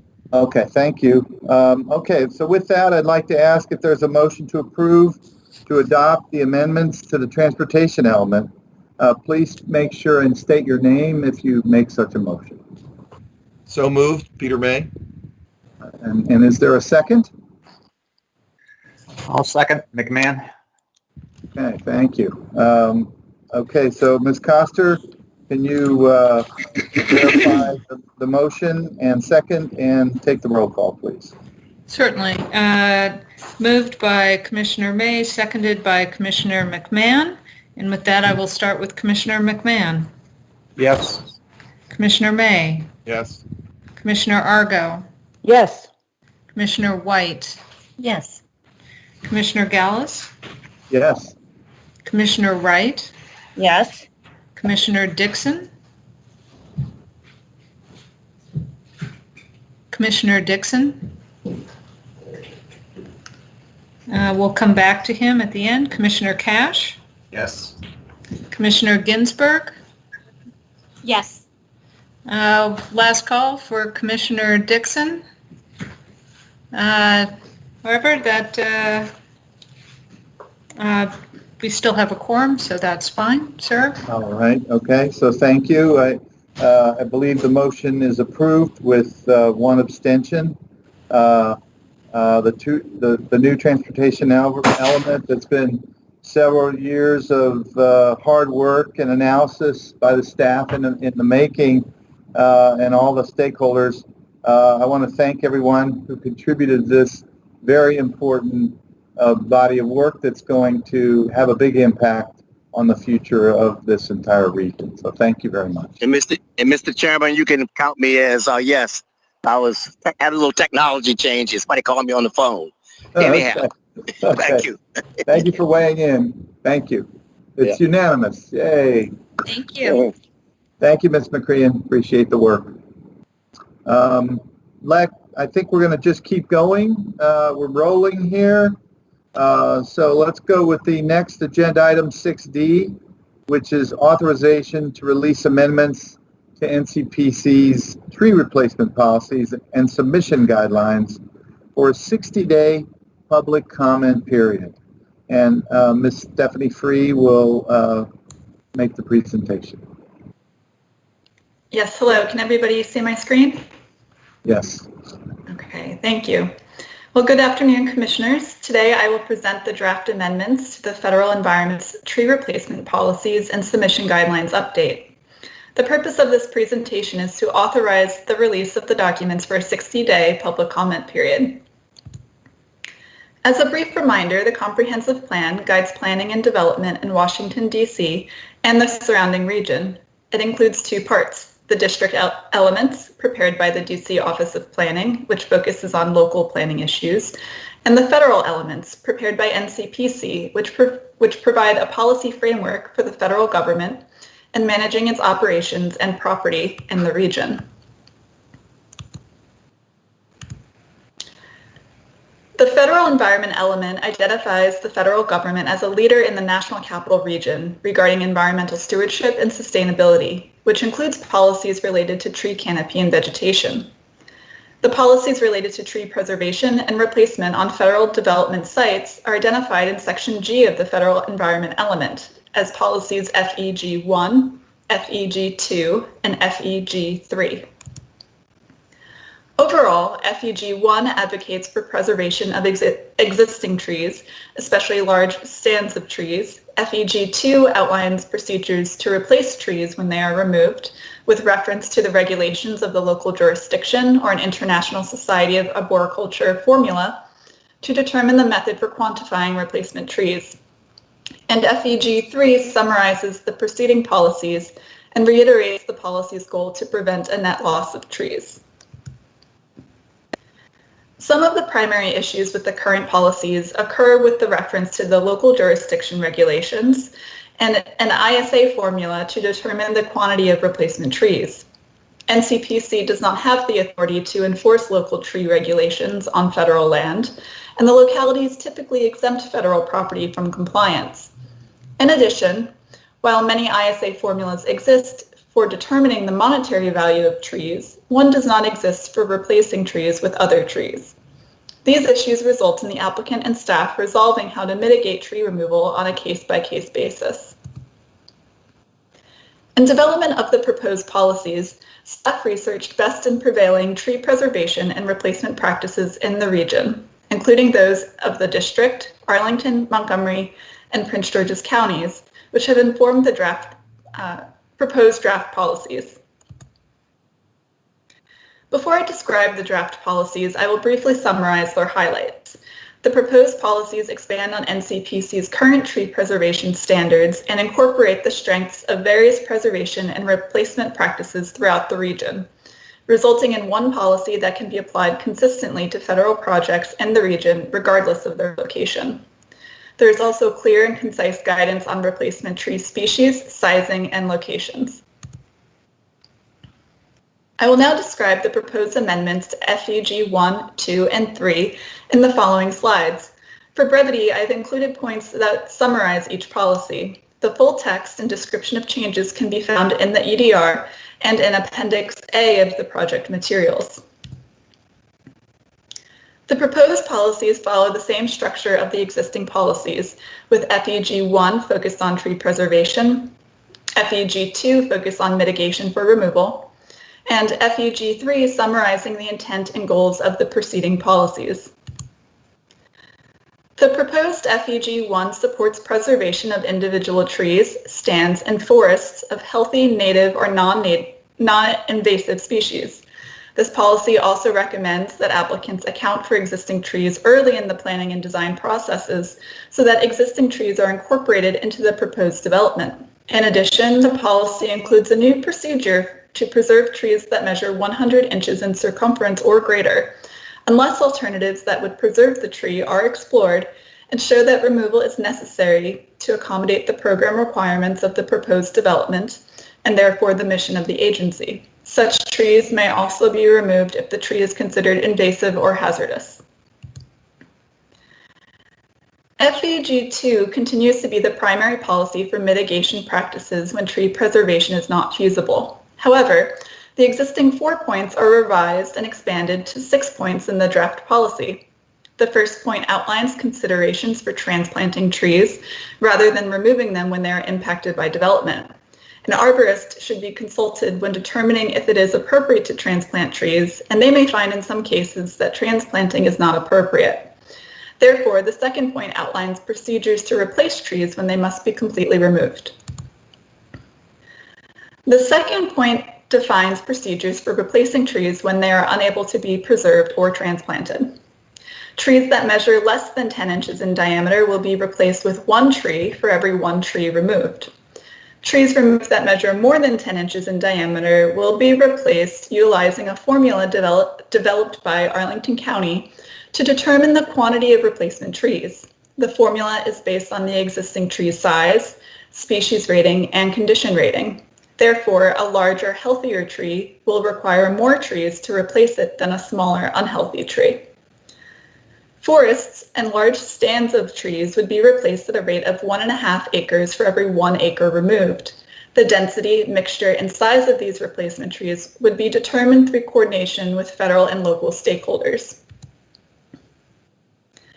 The remaining points in FEG 2 provides guidance on the location of replacement trees with preference for on-site replacement, addresses soil volume, refers to the American National Standards Institute for tree specifications and care practices, and also encourages alternative sustainable design practices to offset the balance of replacement trees if the total quantity required cannot be provided.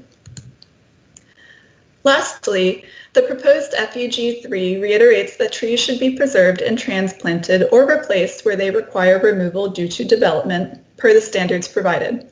This policy also states an overarching goal of preventing a net loss of tree canopy in the development area. Before I conclude, I will briefly describe the updates proposed to the submission guidelines and resource guide. There are 2 primary updates to the submission guidelines proposed to support the new policies.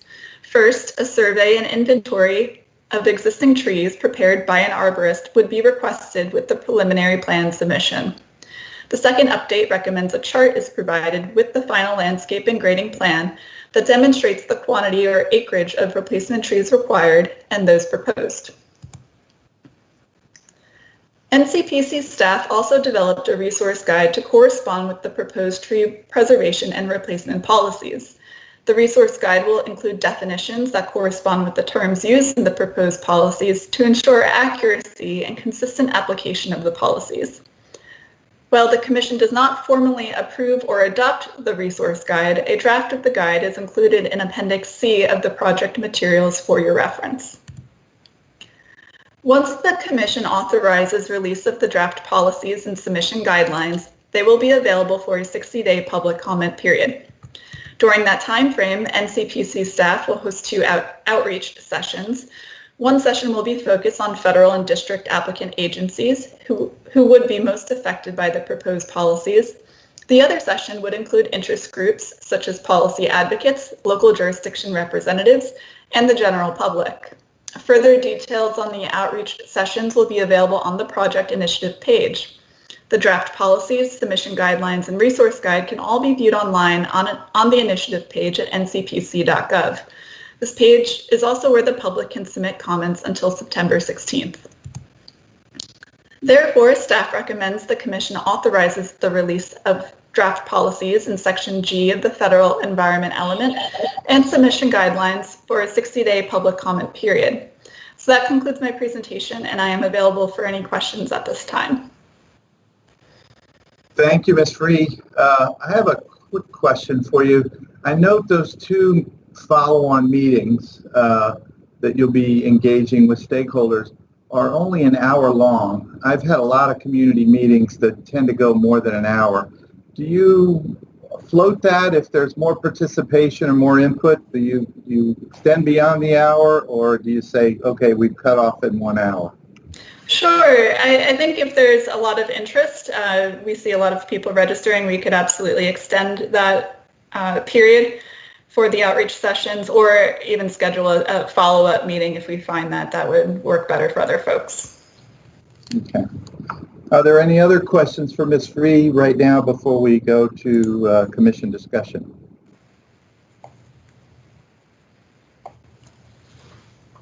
Okay. So let's go ahead and do that. I'll start with Commissioner McMahon. Any comments or questions? No comments or questions at all. Good presentation. Looking forward to seeing this one get adopted. Thank you. Let's see, Commissioner May. Nothing to add. I agree with Commissioner McMahon's comment. Commissioner Argo. Coming. Excellent presentation. Appreciate it. Appreciate all the good work, and agree with all the content. Thank you. Thank you. Commissioner White. I too am very appreciative of the work done here, and in particular, I'm glad that you developed a resource guide to give people direction as they're thinking through the impact on trees. And I also really like the specific reference to an arborist being engaged, which I think a lot of landscape architects would say, oh no, we can do that, but to have an arborist as part of the conversation is really very important. And I know how many times we've looked at proposals that plan to remove trees and not replace them in a sufficient amount, and just appreciating how important trees are to communities. And I think about a study, I'll try to find it for you, that was done some years ago by the U.S. Forest Service by a friend who works there who's a scientist, and he said he was really struck by doing a survey after a major hurricane in the state of Florida that polled people in terms of what they missed the most in their environment after the devastation of the hurricane, and it was overwhelmingly trees. So it's really fascinating to me that it's something people kind of take for granted about how important that is. So I just so appreciate the specific detail and the resource guide for this important issue. So thank you. Thank you, Commissioner White. Commissioner Wright.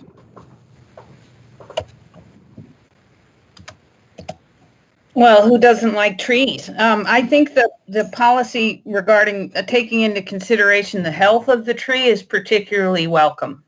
I mean, it removes some of the incentive, or that's not the way to say it, but you know what I mean. I think that's particularly noteworthy, and I have no other comments. Thank you. Commissioner Dixon.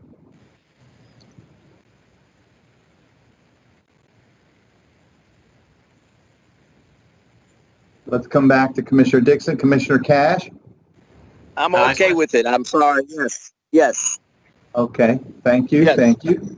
Thank you. Go ahead, Commissioner Cash. I just want to thank you for this work here. I think this is a really important and an often overlooked element when we're talking about development going on in the city. I know that we've approved a couple of projects recently that kind of one of the big things that's going to be happening is tree removal over here at World War I and at Franklin Park. And even us as the commission, sometimes that can be somewhat of an afterthought. So I'm hopeful that these clear guidance to replace trees and really discourage removing of trees will be something that we really work towards. And I'll just say too, that from the city's perspective, I mean, we have our own comprehensive plan elements update before us, and the draft of that is submitted by the mayors calling for the city to plant 10,000 trees a year.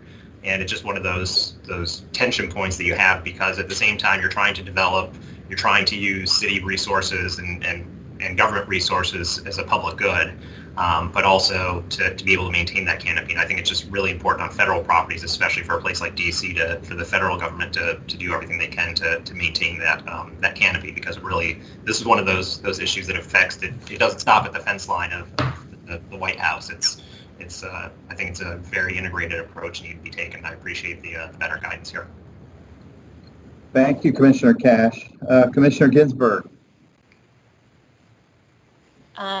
No questions from me. Just I'm very thankful to, again, see that the trees are being thought about. So thanks. Thank you so much. That comes to me again. I really appreciate what Commissioner Cash had to say in particular. I think that the urban environment is very different than the suburban or the rural environment, and sort of having a contextual strategy around trees in these various settings is, I think, a very important thing. And one of the things that comes through with this good work is having trees being considered very early in the preliminary planning process, and requiring a tree survey as part of the submission to demonstrate that work is being thoughtful and considered before, the idea is just to, cut the trees down and build the buildings. I've had to deal with this in my other life with some of the tree policies in the region, and what I feel that NCPC is trying to do here is sort of capture the best practices of the region to kind of understand our participation in the region and our role in the region, and whenever there are conflicting policies between, say, the locality or the municipality and the federal guidelines and requirements, I think it just adds to a lot of confusion. And so sort of aligning all that is I think, a significant step here that consolidates all these best practices. So I'm encouraged by this work. Well, Mr. Chairman, can I just put one more finer point on that too, that I think that it's great when we're talking about one-to-one tree replacement when we can't preserve the trees, but I just want everyone to always remember that you can never truly one-to-one replace a tree. When you have a tree that's much over probably 20 inches, it's going to take a half a generation till that tree is ever actually replaced. So I think that the preservation is really important. Right, and the character of that place is totally changed if you take that 20-inch tree or 30-inch tree down and you put 3, 5-inch trees. It's not the same. But sometimes it's necessary.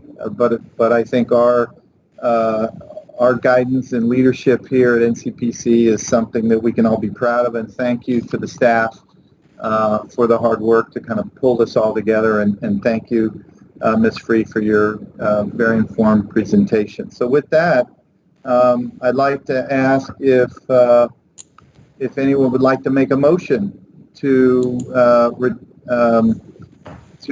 have to release the authorization for releasing the amendments to NCPC's tree replacement policies and submission guidelines for a 60-day public comment period that will then come back to us after that. Anyone take a motion? So moved. And that's Commissioner Argo, I believe. Is there a second? I'll second. Commissioner May, sounds like. So Ms. Coster, could you confirm the motion and second and take the roll call, please? Sure. That was Commissioner Argo made the motion, Commissioner May seconded, and with that, Commissioner McMahon? Yes. Commissioner May, Yes. Yes. Commissioner Argo, Yes. Commissioner White, Yes. Commissioner Gallus, Yes. Commissioner Wright, Yes. Commissioner Dixon. Yes.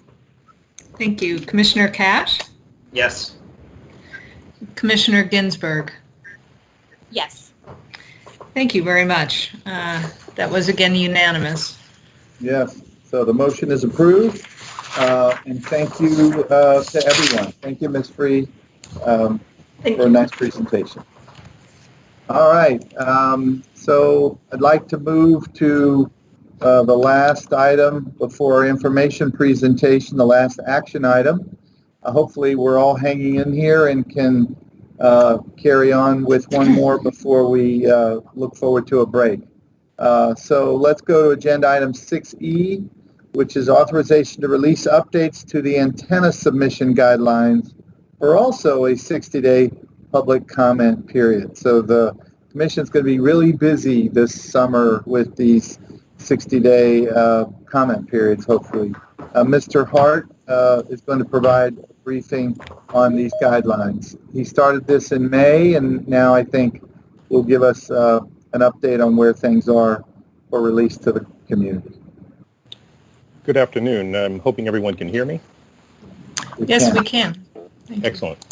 So good afternoon, Commissioners. Over the past 18 months, NCPC staff have been reviewing the antenna guidelines and identifying issues in order to update this document. As you recall, I was last before you in April, actually on April 29th of this year, giving you an update on the guidelines themselves, issues to be resolved, and the process moving forward. Today, I will discuss the changes to the guidelines since that meeting and request that the Commission authorize the release of the draft guidelines for a 60-day public comment period. So the purpose of the guidelines is to protect the skyline, historic resources, and scenic character of the nation's capital and provide a safe environment for employees, visitors, and residents. Significant advances in technology, in addition to an increased demand for multiple types of telecommunication infrastructure, necessitate an update to the existing guidelines. Staff understands that you will hear some comments today regarding health implications of cell antennas, and we will look to address these and all of the other comments we receive following our 60-day public comment period. As I noted in the update presentation back in April, these revisions will address some long-standing issues that both applicants and staff have identified over the years. These issues are shown here.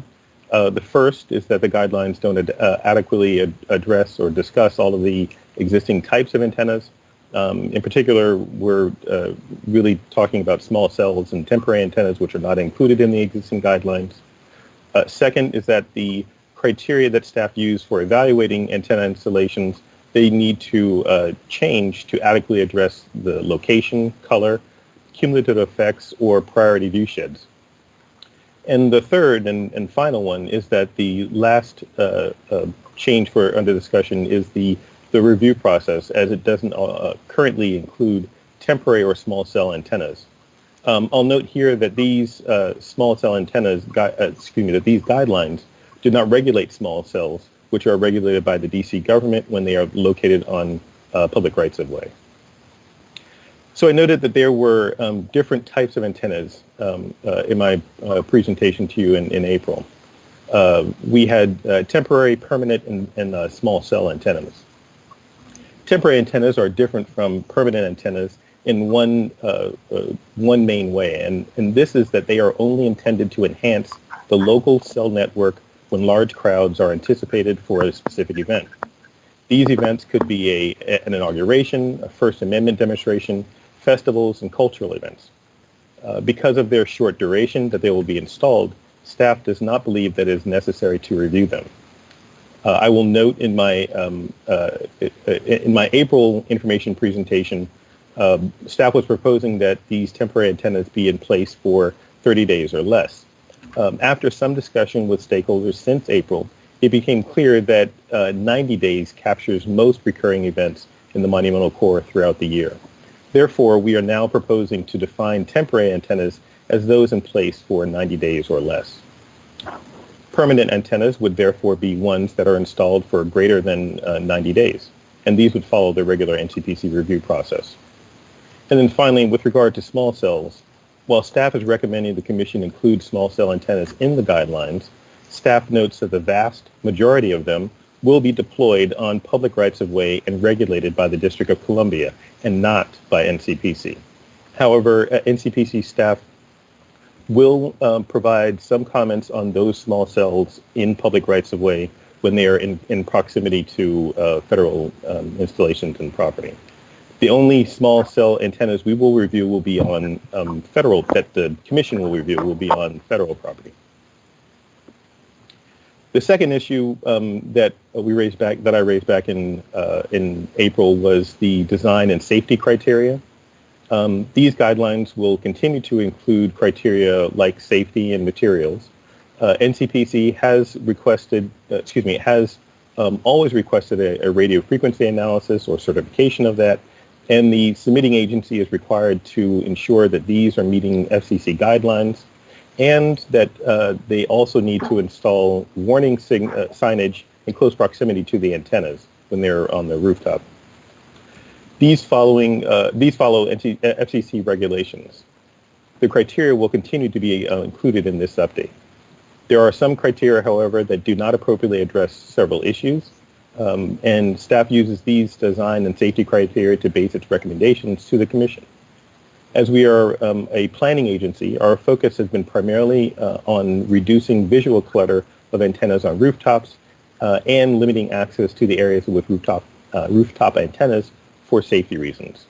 Since the changes regarding small cells, lighting, and screening are relatively minor in these criteria, I will be focusing my presentation on the view sheds and cumulative impacts. So the first issue that I identified back in April was the which view sheds should be protected from unsightly antennas.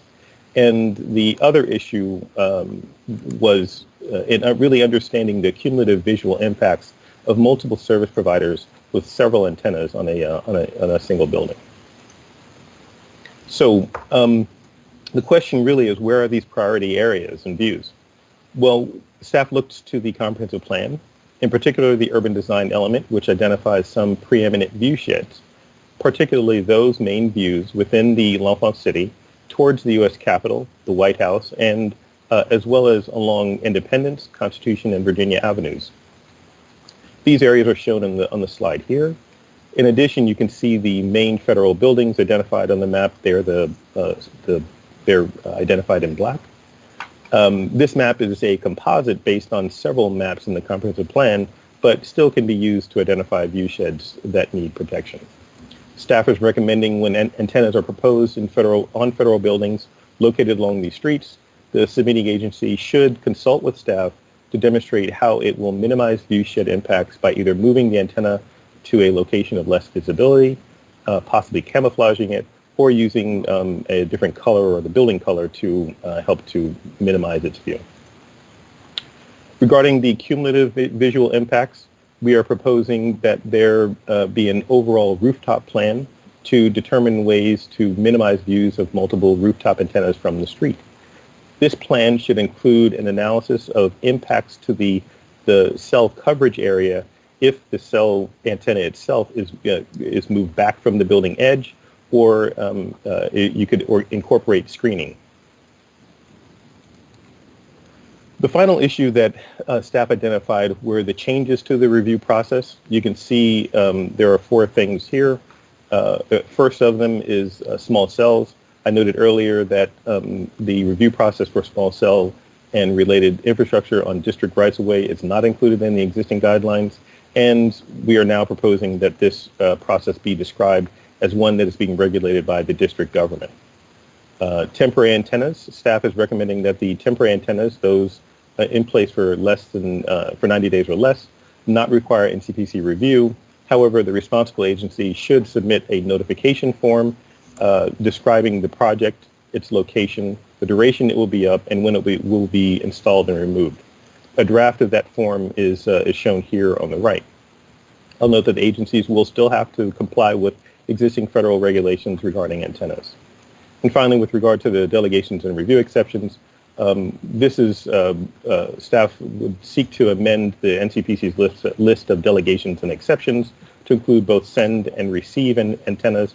Currently, we only have the ability to delegate or accept out receive only antennas, and allow review exceptions for replacements and renewals when they are replaced in kind or renewal of an existing antenna. So here's the timeline over the next few months. This meeting will authorize the release of the draft guidelines for 60 days. We will have a virtual public meeting on August 4th from 4:30 to 5:30. Staff will have agency meetings during this time as well. Staff anticipates coming back to the Commission for final adoption sometime after, either on the November meeting or after that. I've also provided the website and contact information on the bottom of this slide as well. And therefore, it is the Executive Director's recommendation that the Commission authorize staff to release the draft antenna guidelines, which will replace Chapter 5 of the NCPC submission guidelines for a 60 days public comment period. And that concludes my presentation, and I'm available to answer any questions. Thank you, Mr. Hart. And I think before we ask Mr. Hart if you have any questions, let's go to the two speakers who have signed up to provide testimony. The first is Theodora Scarato. Ms. Scarato, you are representing the Environmental Health Trust, and you have 5 minutes to provide your testimony. Welcome. Thank you so much. I appreciate being able to speak to you today. I sent a rather long list of studies and testimony that I hope you can review, and I was going to send a few things that I missed. So we believe that the issues related to health and environmental effects should be addressed before releasing any draft guidelines. We just heard a wonderful presentation on protecting trees, and so I was going to focus a bit on that today. You're considering a proposal that will allow 5G and wireless antennas into our nation's capital in a more streamlined fashion. And our position, I should say up front, is that we oppose densification until there's adequate safety research and limits in place that ensure protections for humans as well as the environment, trees, birds, and bees. So one thing I wanted to point out, and I put the letter from the EPA in that I just received a response into the testimony I sent, and that is that our FCC guidelines and compliance with those guidelines has nothing to do with protections for birds, bees, or trees because they weren't developed for birds, bees, or trees. Those limits are 24 years old. They're only based on harm from short-term harm. And there is a Harvard ethics report that describes how our federal agencies are in a state of regulatory capture. If you're wondering, how could this happen? How are we in this position where we're being asked to look at, guidelines for antennas, and yet we're being told, or we're reading, that there are scientists who are calling to halt this or to stop the increase in wireless exposure. This report, called Captured Agency, How the Federal Communications Commission is Dominated by the Industries it Presumably Regulates, documents the financial ties between not only telecom and the FCC, but in the science and to our elected officials, and it compares big tech to big tobacco and how this is playing out. So our FCC limits were not developed to protect trees. And so to say that FCC compliance would protect them is, I guess, like saying, well, if you water a plant with gasoline, is that safe or not? What do the regulations say? But there aren't any regulations on that or that have been developed for that. So we hope that any guidelines must include and have in place in advance a review of the impact to trees, the tree canopy, roots, etc. In D.C. And I sent you several research citations, including a field monitoring study spanning 9 years involving over 100 trees. It's called Radio Frequency Radiation Injures Trees Around Mobile Phone Base Stations. And it found trees sustained significantly more damage on the side of the tree facing the antenna. And then the entire tree system was prone to degradation over time. The Department of the Interior sent a letter in 2014 reviewing several research studies showing harm to birds at levels far, far lower than FCC limits. And they concluded that the EMF standards used by the FCC continue to be based on thermal heating, a criterion now nearly 30 years out of date and inapplicable today. Now, has the U.S. Department of the Interior or the EPA done anything since that time? I don't know of that. There's been no environmental impact statement on the full deployment of all these new networks in the United States that has been done, and we believe the FCC should have done it. A retired U.S. Fish and Wildlife Service biologist who's the former lead on telecommunications impacts, Dr. Albert Manville, has written the FCC on impacts to birds and the higher frequencies to be used in 5G. He's authored numerous publications, and there's particularly one in the Fish and Wildlife Service publication detailing research which has shown harm to bees. And he is, I'll quote him, "The race to implement 5G and the push by FCC to approve the related 5G license frequencies to industry are very troubling and downright dangerous." So I don't see anything related to this in those guidelines, and it seems that there's a lot of questions that could be posed to our federal agencies that should be answered before there's a process in place by which these antennas can be mounted, despite the protections that they may hold. Now, I'll add, there's a 2019 report by insurance authority Swiss Re that classifies 5G mobile networks as high, the risk as high, and off the leash, end quote, stating existing concerns regarding potential negative health effects from electromagnetic fields are only likely to increase. Is that my minute is up?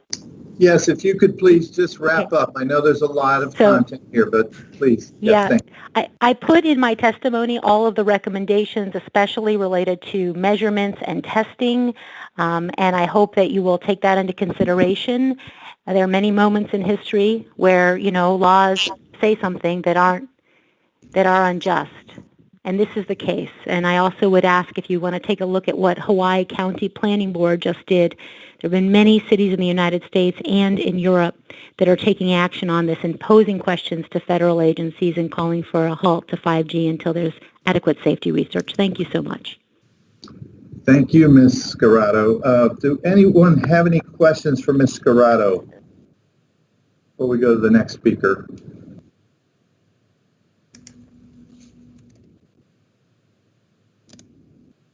Ms. White, did you have a question?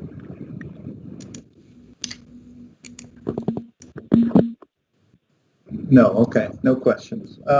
So let's ask Ms. Judy Kosovich to provide her individual testimony. Ms. Kosovich, you have 3 minutes to testify. Thank you.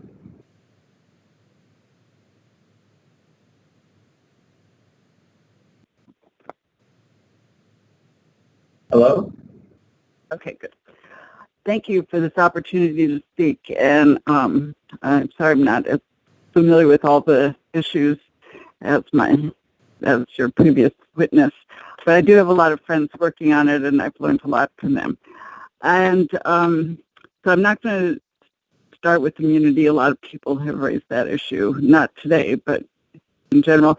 And I found the presentation on trees very interesting because one of the reasons that the 5G needs to be installed in so many places is because the energy is blocked by trees. Well, if they're blocking it, what's happening to it? What is that doing to the tree? I don't think there's enough research on that. And if we're trying to have healthy trees, I think we need to pay attention to that.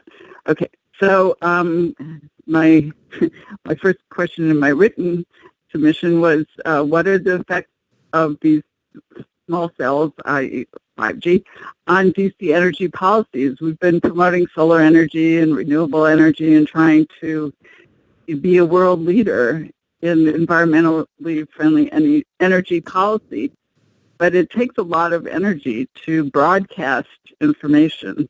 Now, some of this is focused to particular sites, but a lot of it is dispersed. So there are better, more energy efficient ways to send information, fiber optics or put it on a flash drive, a DVD, some kind of memory device. It would use a lot less energy if we want to maintain our energy leadership role. So my understanding is that 5G on the ground will be integrated with 5G from satellites at some point, and that the number of satellites will be in the tens of thousands, maybe even 100,000. And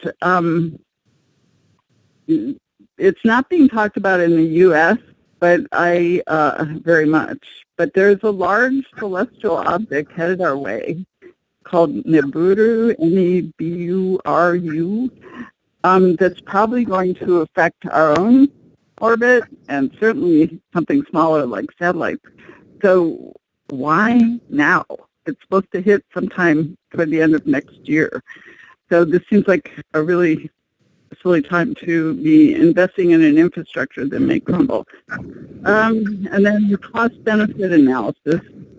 Have we really done a thorough cost-benefit analysis? Well, good Royal Week. Do we need more wireless information, really, to have happy lives? Is this advance worth the health and environmental costs? Have the numbers really convinced us? Or is it just the strength of the telecommunications lobby? Are we rushing to implement a technology that is likely to weaken the immune system at this time? Will lockdown, face masks, washing, and social distancing become more necessary? Or will putting shielding in our clothes and buildings become the new precaution? Thank you for this opportunity to share my thoughts. And if I can be of any help in this proposal process, please let me know. Thank you very much, Ms. Kosovich. Are there any questions for Ms. Kosovich?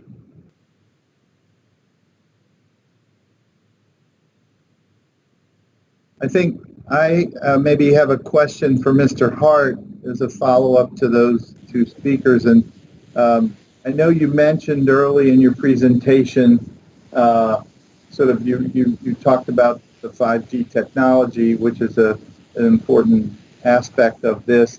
And can you just reinforce again what our purview is within 5G? I know it's the federal properties, yes, but can you elaborate on how we're working with other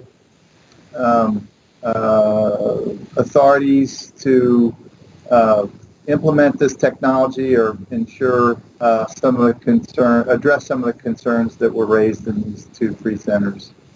Yeah, thank you, Mr. Vice Chairman. So our purview is reviewing antennas on federal land with regard to small cell or 5G.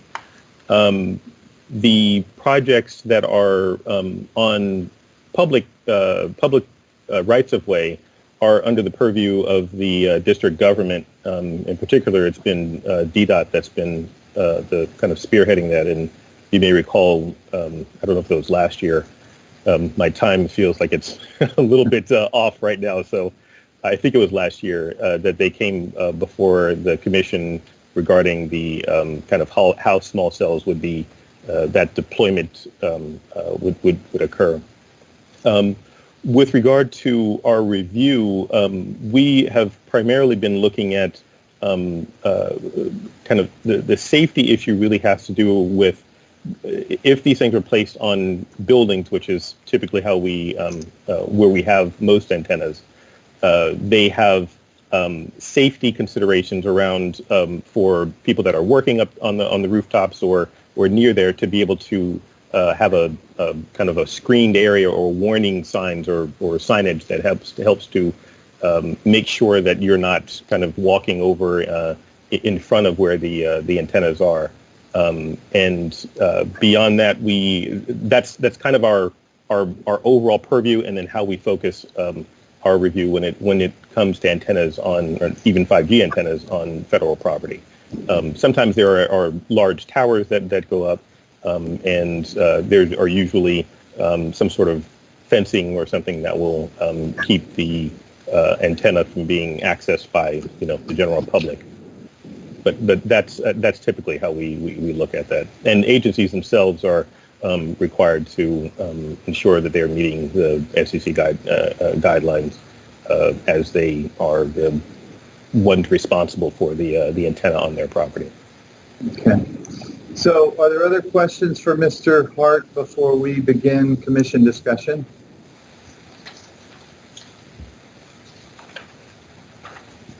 Mr. Chairman, I'm sorry, I'm slow on my buttons. Sure. I do have questions. So this is following up on the comments that I'd had last time we discussed this, where I'd suggested that there be an exemption from the notification requirement for very short-term events, because it's just not practical for us to, be required to do a notification for every single one-day event that winds up needing a cell on wheels or something like that. Yeah, typically what we're looking at, the notification is primarily for those on buildings, because we really can't see those. We have antennas that come to us. Typically it's GSA that has come to us and said they are trying to put a antenna on top of a building for a particular event, and it is a limited time frame, and that's what we're trying to capture in that. Okay, so you're not expecting that for the next cows, July no. 4th, if we have a July 4th No. celebration next year, No. that would be filing that. Okay. All right, I just want to clear that. I'm sorry I didn't catch that view of the documents, but I had to spend the whole day yesterday with you at BZA. I'm a little behind. I know how much you enjoyed that. Yeah. Yeah. All right, thank you. Any other questions for Mr. Hart? Okay, then let's go to discussion, and I'd like to just use our normal seating order in a round-robin format. So let me start with Commissioner McMahon. Well, thank you. I've got no comments or questions. Thank you. Commissioner May.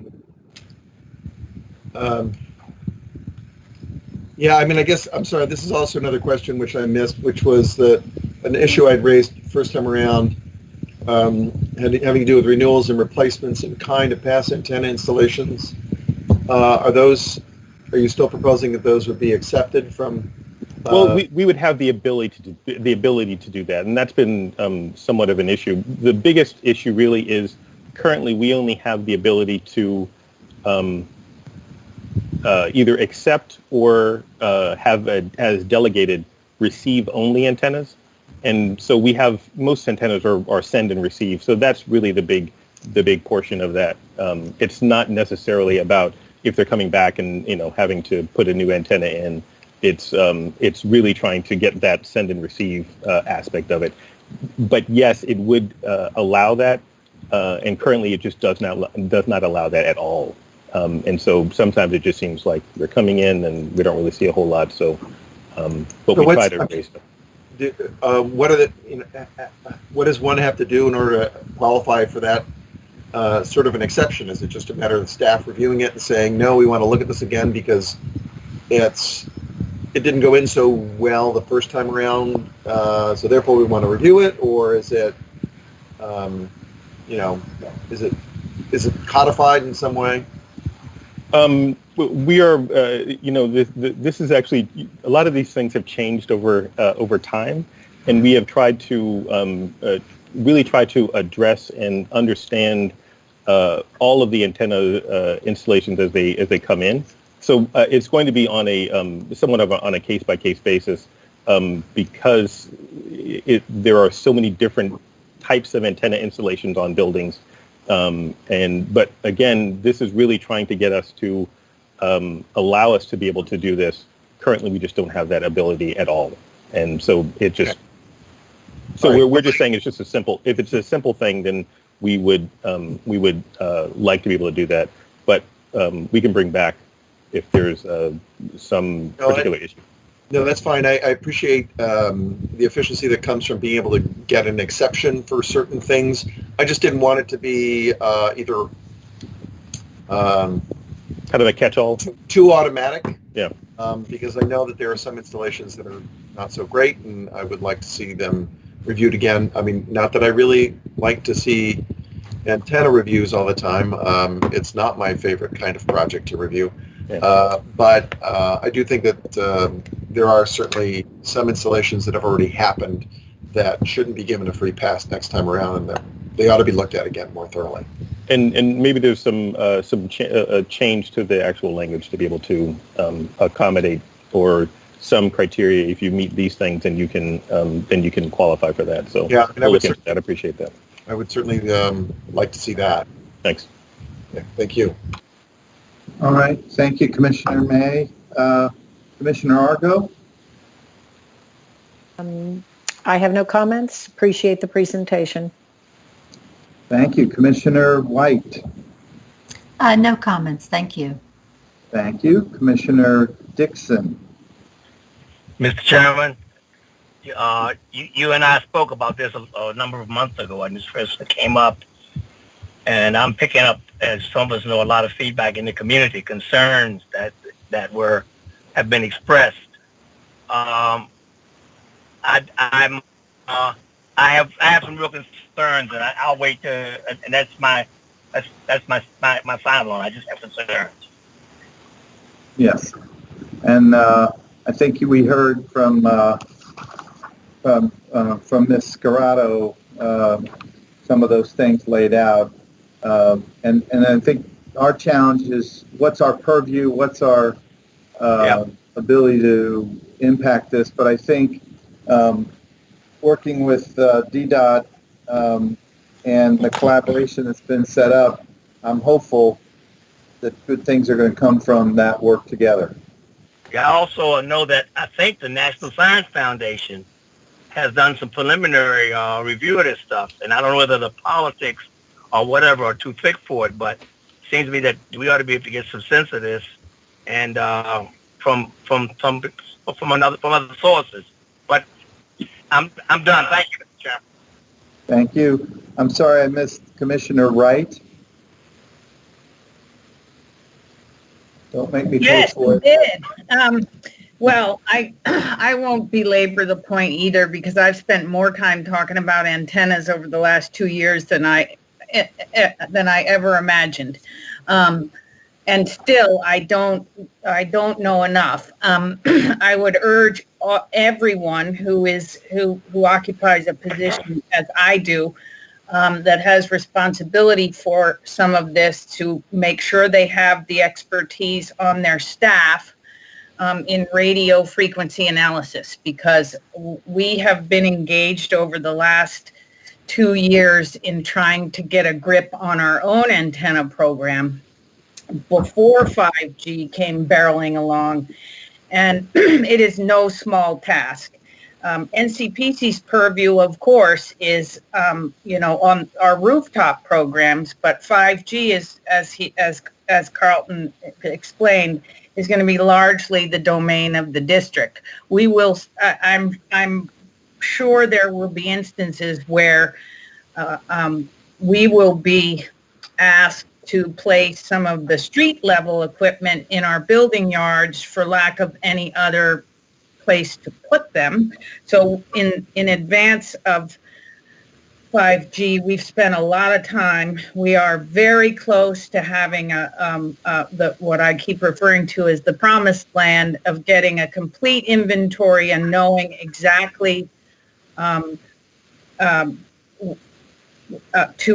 the finest detail what's on each one of our 36 rooftops. So I'm with Mr. May. I don't particularly like reviewing these either, but the policy changes that NCPC is proposing are a huge help to us. So I know OPDQ has been working with NCPC collaboratively on this, and we are all for it, because the whole program needs a more coherent approach than it has had for some time now. So thank you.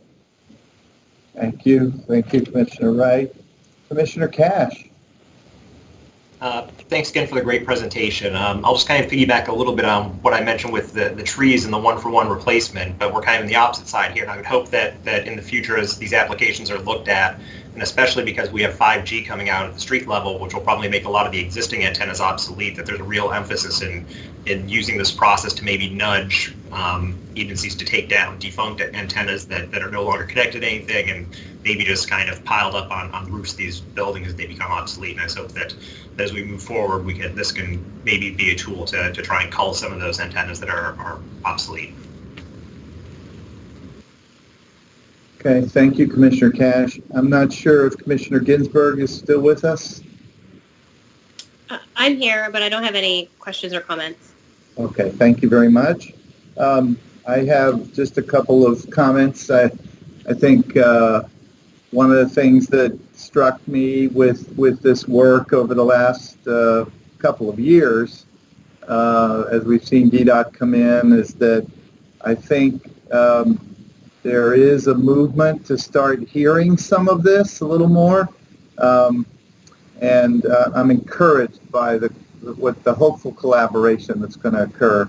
I also am thrilled that we can sort of declare now that not all views are created equal, that the priority view sheds are getting different and more significant attention, which I think is the iconic Washington that we represent to the world.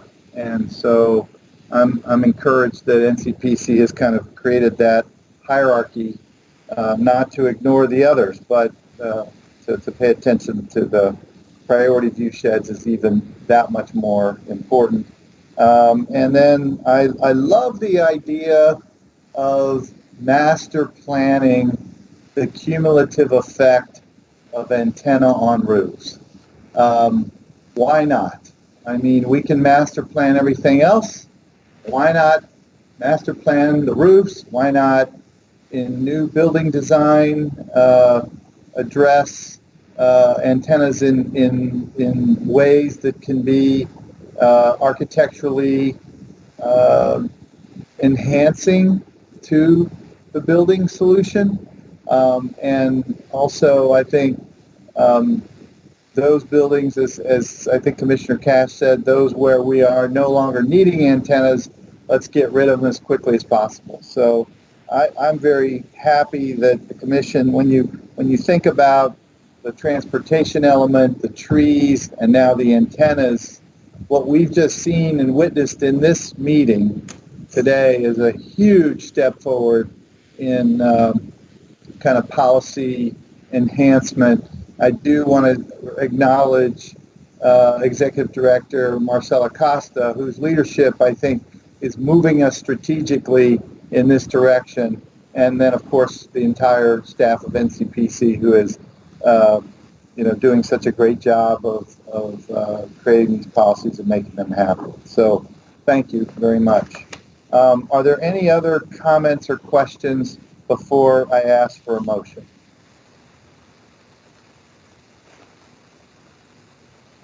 Okay,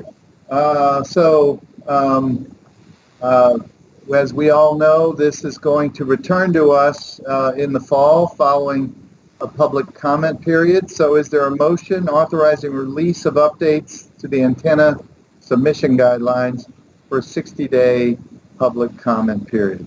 Do I have a motion? And who was that? Commissioner Wright? Yep. Yes. And is there a second? Second, Commissioner White. Commissioner White, thank you. So, Ms. Coster, can you please confirm the motion and the second, and then take the roll call? Certainly. Commissioner Wright made the motion. Commissioner White made the second. And with that, we'll start with Commissioner McMahon. Yes. Commissioner May. Yes. Commissioner Argo. Yes. Commissioner White. Yes. Chair Gallus. Yes. Commissioner Wright. Yes. Commissioner Dixon. I'm going to abstain. Abstain, okay. Commissioner Cash. Yes. Commissioner Ginsburg. Yes. Okay. So you had one abstention and all A's. Okay. So with that, the motion is approved. I'd like to thank everyone for your work on this. We do have one more item on the agenda, which is an information presentation on the Union Station redevelopment. We're going to take a short 5-minute break. We've been sitting for over 3 hours, and we're going to just take a short break, and we'll reconvene at 3:55. So please mute yourself, turn off your camera, but don't disconnect. Stay online, keep your little bubble on the screen there, and then in 5 minutes we'll rejoin, and we're happy to see Chairman Mendelson is going to be joining us as well. So I'll see you all in 5 minutes. Please stretch your legs and come back.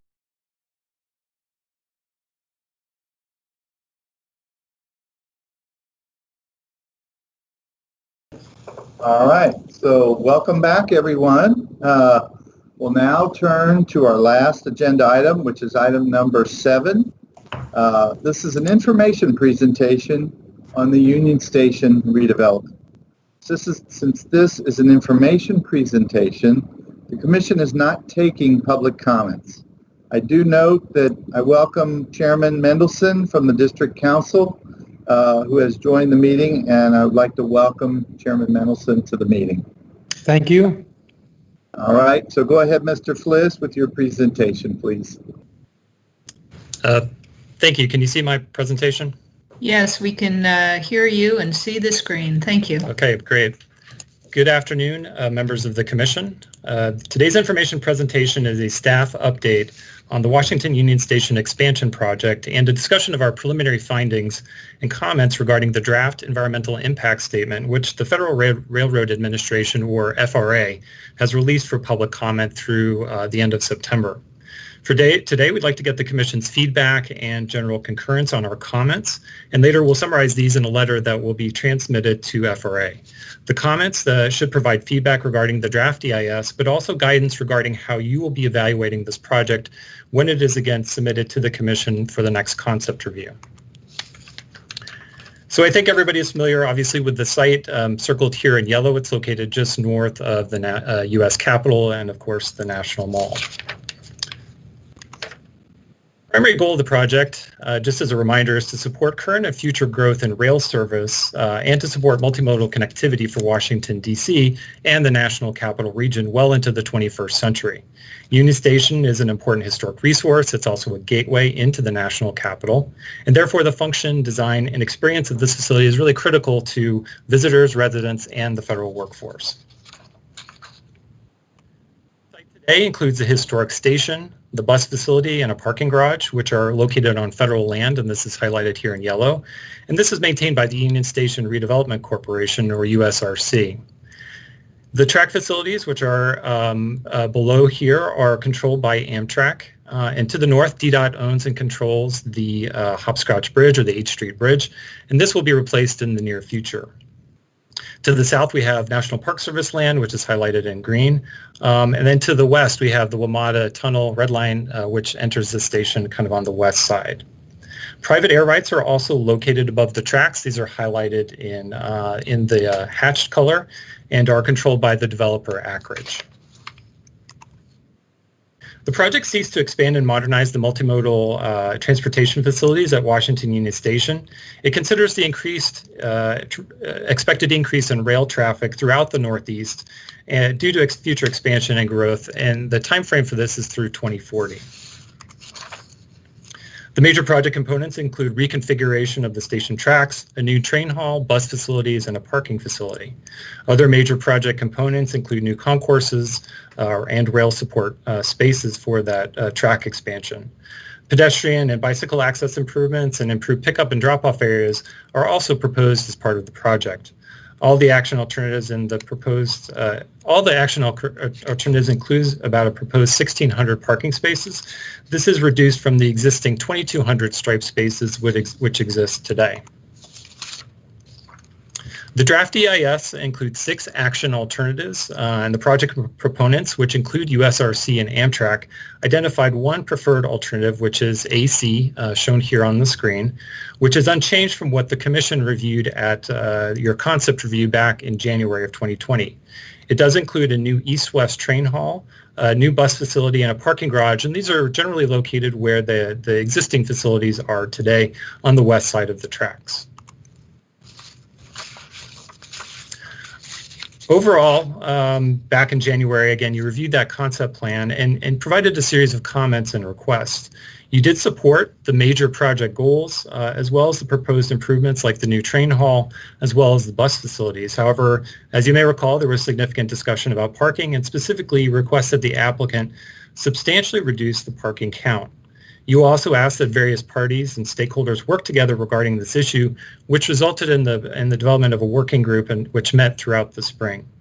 Finally, you also asked to better understand the proposed air rights development, and Ackridge provided an information presentation in May in response to this request. So before I move on to the analysis, I just want to touch base on the Commission's review authority. In this case, again, you have approval authority over the projects on federal land. In this case, again, the station and the existing land for the parking garage and bus facility, and these are, again, highlighted in yellow.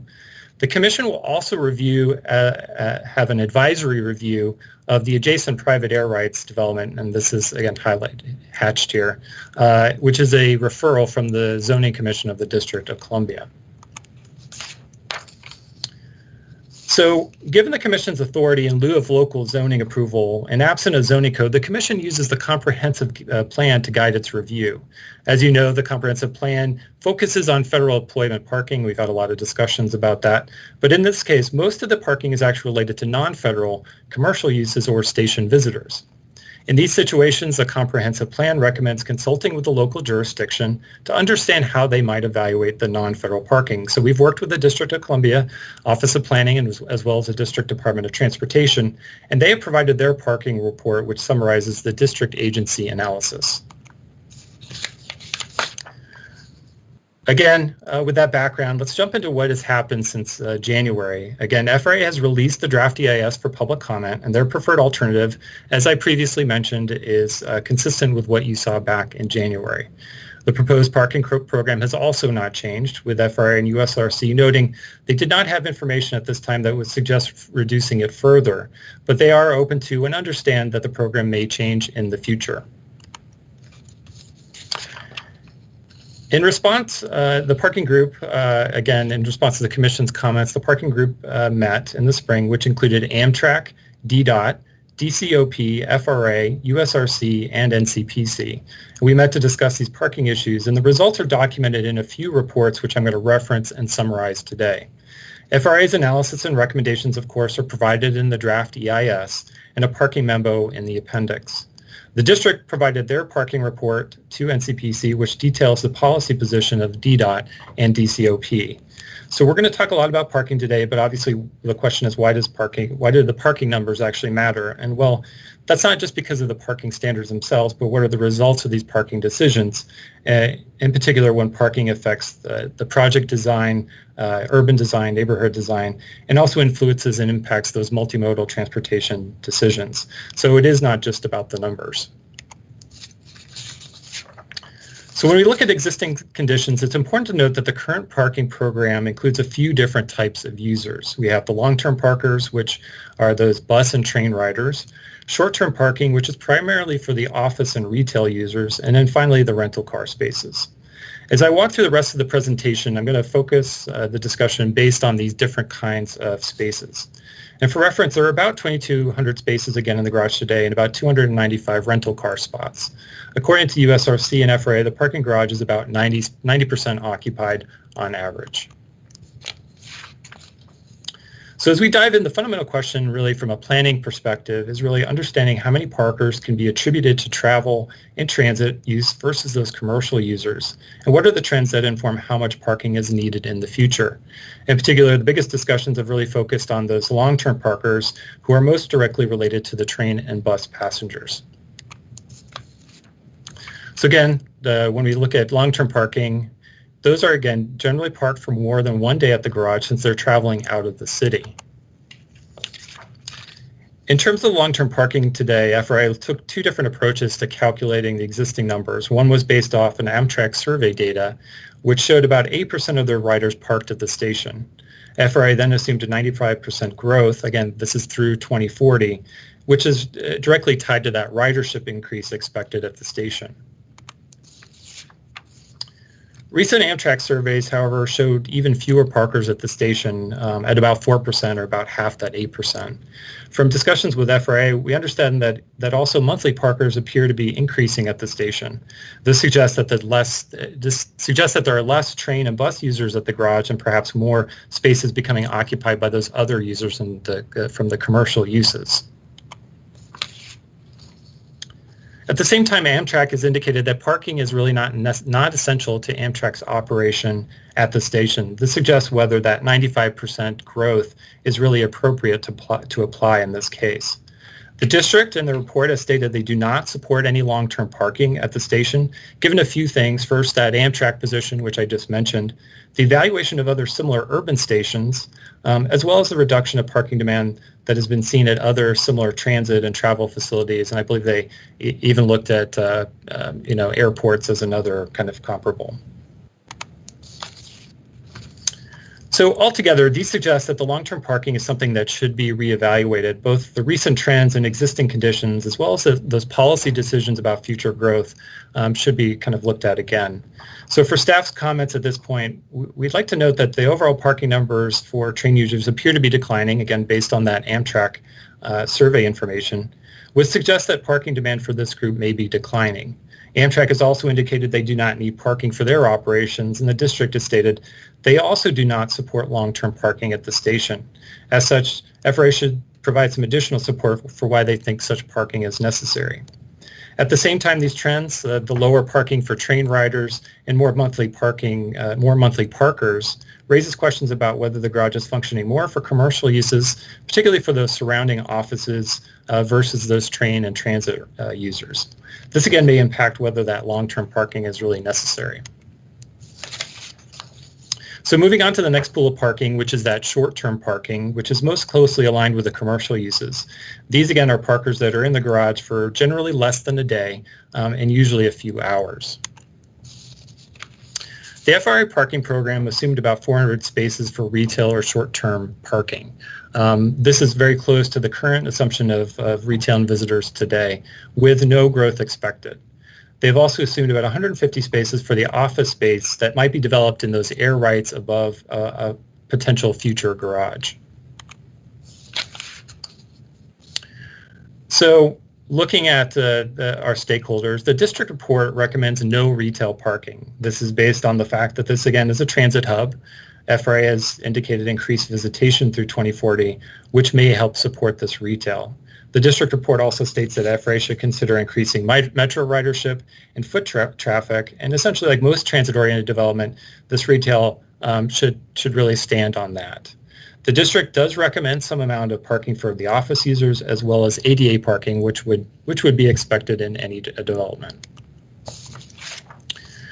So for the short-term parking, the question here is whether that parking is really necessary for the retail to be sustainable. District policy suggests it's not necessary, and given this is really a well-connected location, FRA and USRC may need to reconsider whether it's necessary again for the commercial uses, particularly in the station. Related to this, and going back to our previous point, we know that train parkers are declining and those monthly parkers appear to be increasing, and occupancy seems to be staying relatively high. This raises the question of whether other non-station commercial uses and parkers, non-commercial commercial users are using that garage for the surrounding offices. If so, it may be helpful to better understand an assessment of these trends and whether parking for non-station uses is really necessary for the project's purpose and need. And so finally, I'm going to briefly touch on the rental car program. This is really the smallest component of the overall program. This includes those spaces for traditional rental agencies and does not take into account, as far as we can tell, the car sharing programs that may be parking in the station, but these are more kind of ad hoc as a kind of a newer mobility mode.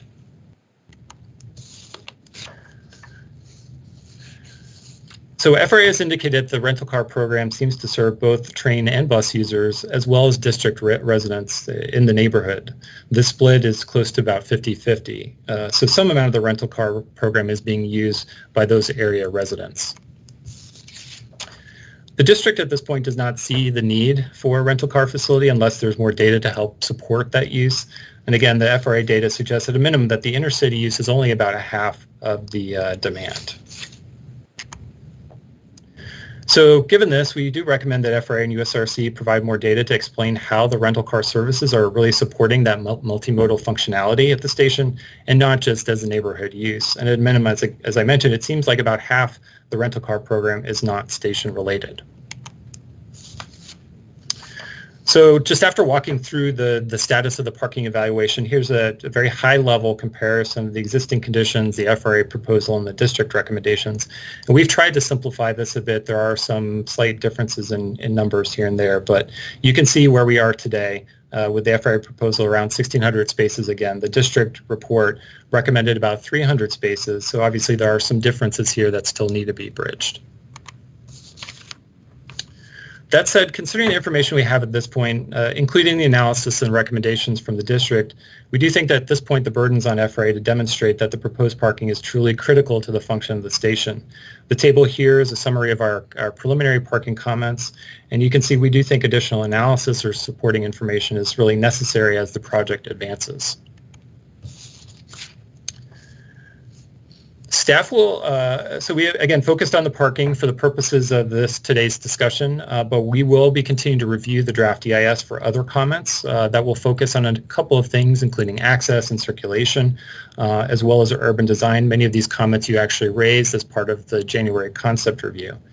Importantly, we'd like to have additional design information for these topics to be included in the next concept submission to the Commission.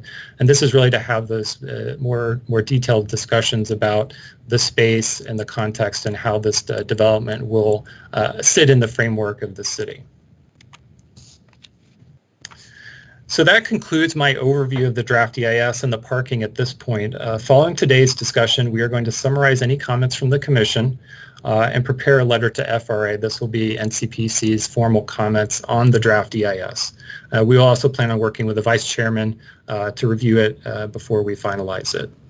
We again will also continue to work with FRA for the next concept design submission, which in discussions with them, we've let them know this should work to address the Commission's previous comments from January. And so while FRA does control the NEPA process, the Commission ultimately will have to determine and approve the final parking number for this project once it is submitted for your review and approval. This will be documented in the record of decision, which NCPC will have to prepare and sign for compliance with our own NEPA environmental review process. In the meantime, of course, there's still time to continue these discussions with the stakeholders. That concludes my presentation. I'm happy to answer any questions. We do have David Valenstein from the Federal Railroad Administration here with his consultant team. They are here to listen, but certainly will answer any technical questions that you might have. And that concludes my presentation. I'm certainly available to answer any questions. Thank you. Thank you, Mr. Fliss, for the update. It sounds as though there's been a lot of discussion, a lot of work to try to collaborate with the working group. I'm encouraged that the stakeholders have come together to try to hear each other and to make some clarity out of what we've been trying to understand. It does sound, however, though, that at this point, not much has changed. So I wonder, before we open up to discussion, if any of the commissioners have any questions for Mr. Fliss as part of his presentation before we open up for commission discussion. I'll ask a question. This is Phil Mendelson. Sure. Is there more explanation of why the FRA seems to have ignored or simply rejected the comments from the Commission in January? Well, I will. I'm sure FRA would want to respond to that as well. I will say that there was a good faith effort as part of this working group to talk through some of the issues and proposals from all the stakeholders. I think there's a recognition also that there's this EIS process going on, and the commission's review process is a little bit different. This still needs to come back to the commission at some point, as I've mentioned, and so ultimately you're going to have that decision making before you. So, but I think FRA may also want to kind of speak to the process that they are going through for the EIS. If someone would like to speak from FRA, please go right ahead to answer that question. All right, this is David Valenson. Can you hear me? Yes. Yes. Thank you. Welcome. Thank you, Chairman. Chairman Mendelson, thank you for your question. There really was a very concerted effort to work with stakeholders on the analysis around parking. We shared a great deal of information. As you know, an EIS is a very large and complex document and a very large study, and the agency, in considering the situation, decided it was in the best interest of all the stakeholders to release the draft EIS with its analysis and extensive analysis to better inform everybody about the project, including the parking issue, and to inform comments from all parties. And so we're interested in getting comments from interested stakeholders, interested parties, the public, the commission, and then we will be considering those comments, including those on parking.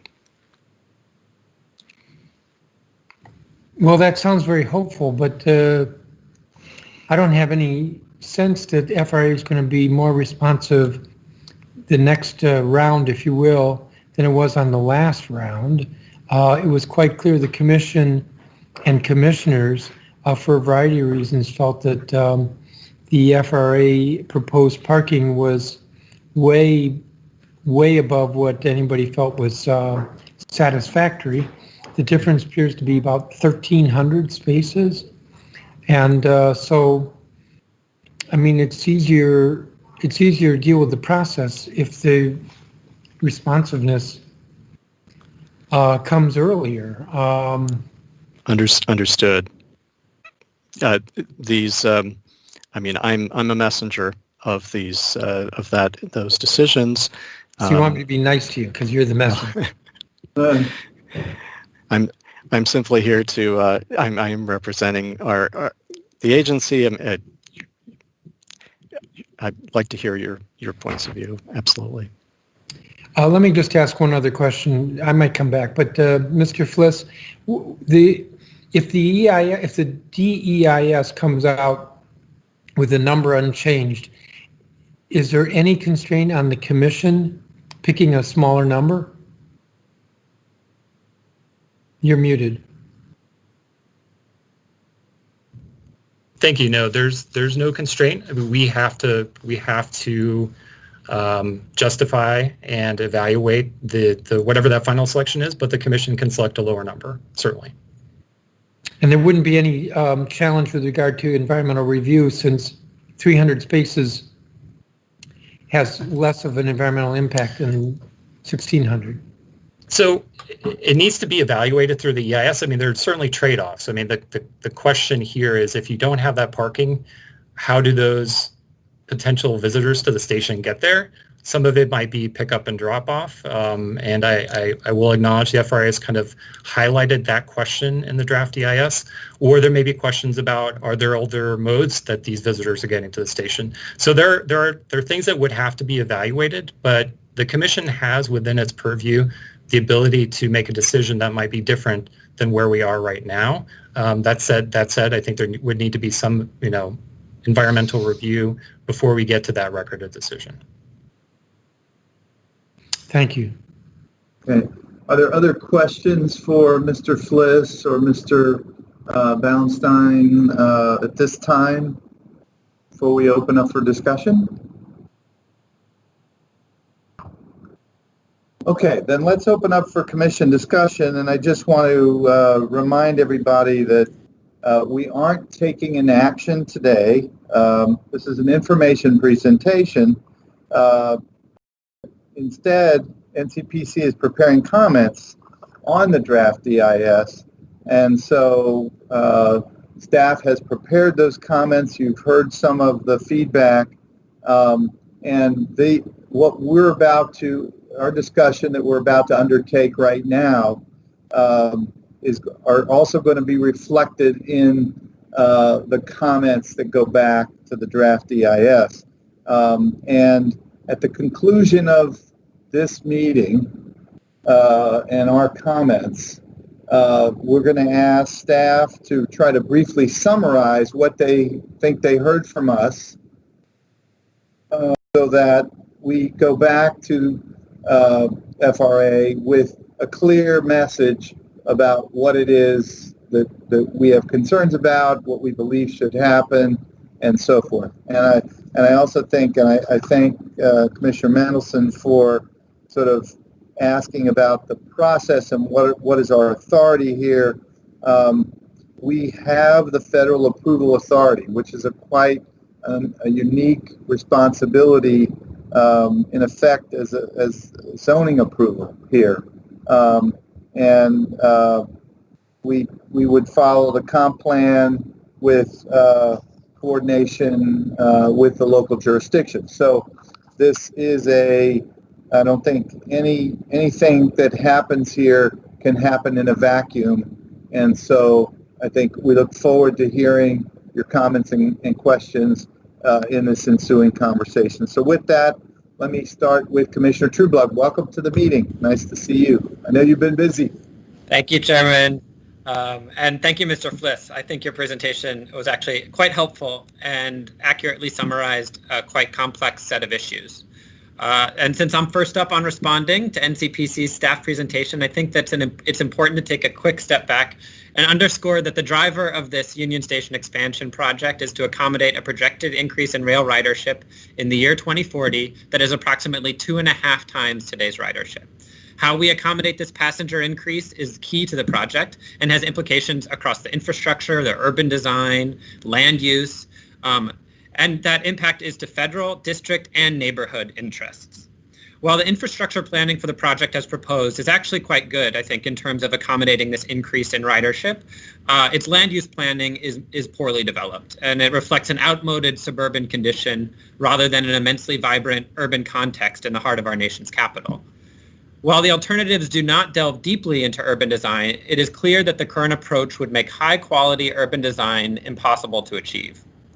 While the district is strongly in support of the expansion and renovation of Union Station, I'm quite concerned that the preferred alternative AC, as proposed in the DEIS, remains unchanged since its release last fall.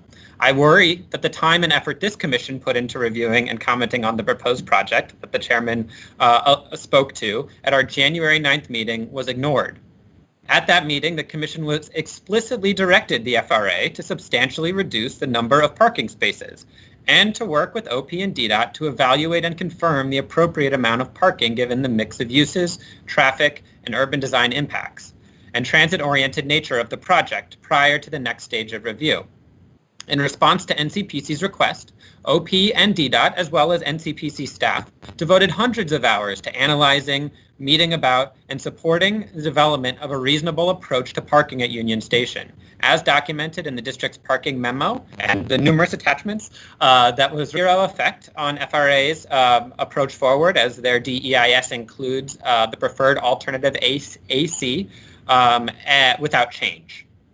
But it isn't just feedback from NCPC and DC government agencies that this proposal has failed to account for.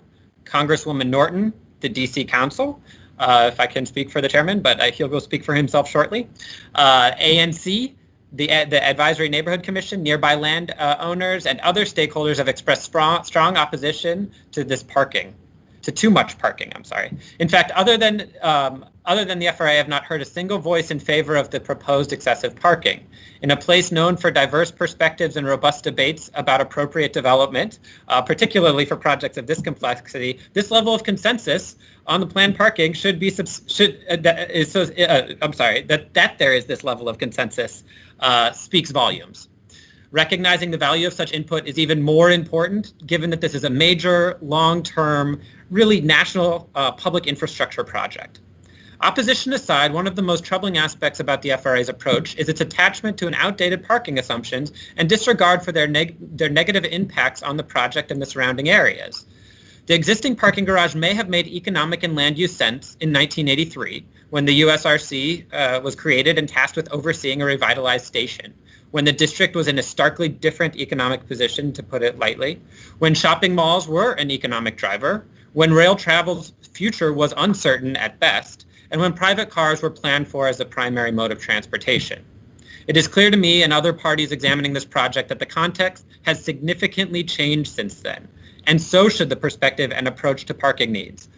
If it does not, this obsolete perspective will constrain the station not only now, but for the next century, and hamper the potential for the project to add to, rather than detract from, the excellence of urban form and optimal uses that the station can and absolutely should contribute for our nation's capital.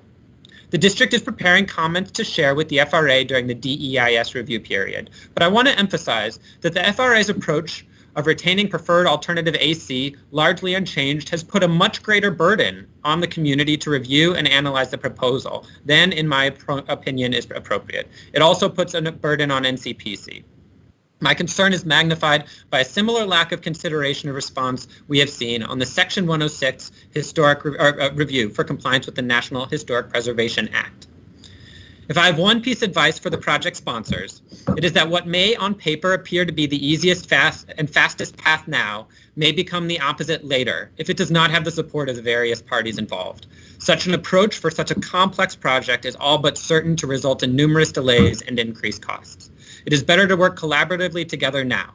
That may result in some additional costs or complexity on the front end, but it is better to know that now and plan for it than to be caught changing plans midstream or even worse, stuck in litigation later. I hope the project sponsors are able to change their approach and views to be more collaborative moving forward, as without significant adjustments to this project, in line with NCPC's recommendations, the recommendations of the district, council, and residents, I do not see the district being able to support this project at NCPC or otherwise. As for today, I hope my fellow NCPC commissioners will join me in underscoring our previous recommendation for a substantially reduced parking program at Union Station. As importantly, I hope we can commit to hold the project to such a reduced parking program when it comes before the commission for formal approval. In addition, I hope NCPC will continue to ensure and encourage FRA to produce a project that is not only fully respectful of the historic laws and context, but also embodies the highest quality urban design and transportation infrastructure for this critical part of our city.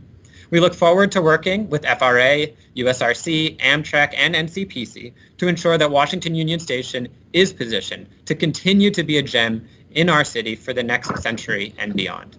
So with that, I thank you, and I look forward to the discussion. Wow.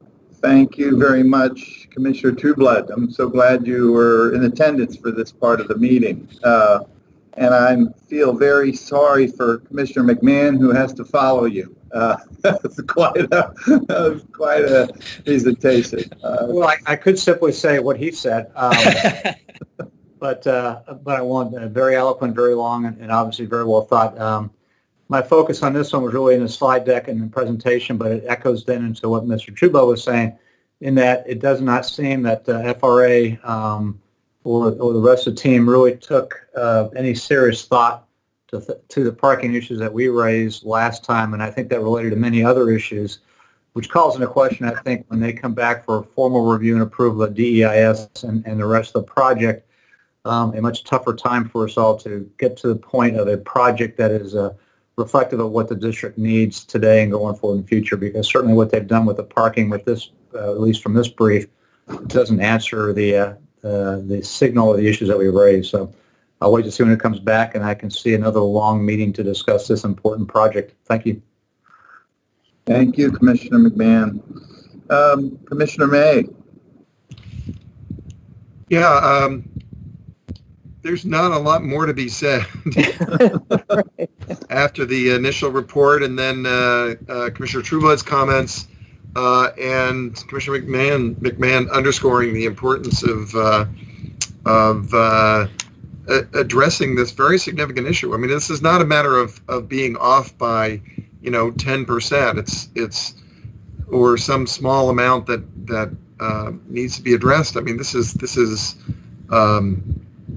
it's multiples of the needed parking that seem to be built for or seem to be desired for reasons that are not fully justified. I do have questions about this in terms of the process from here. So the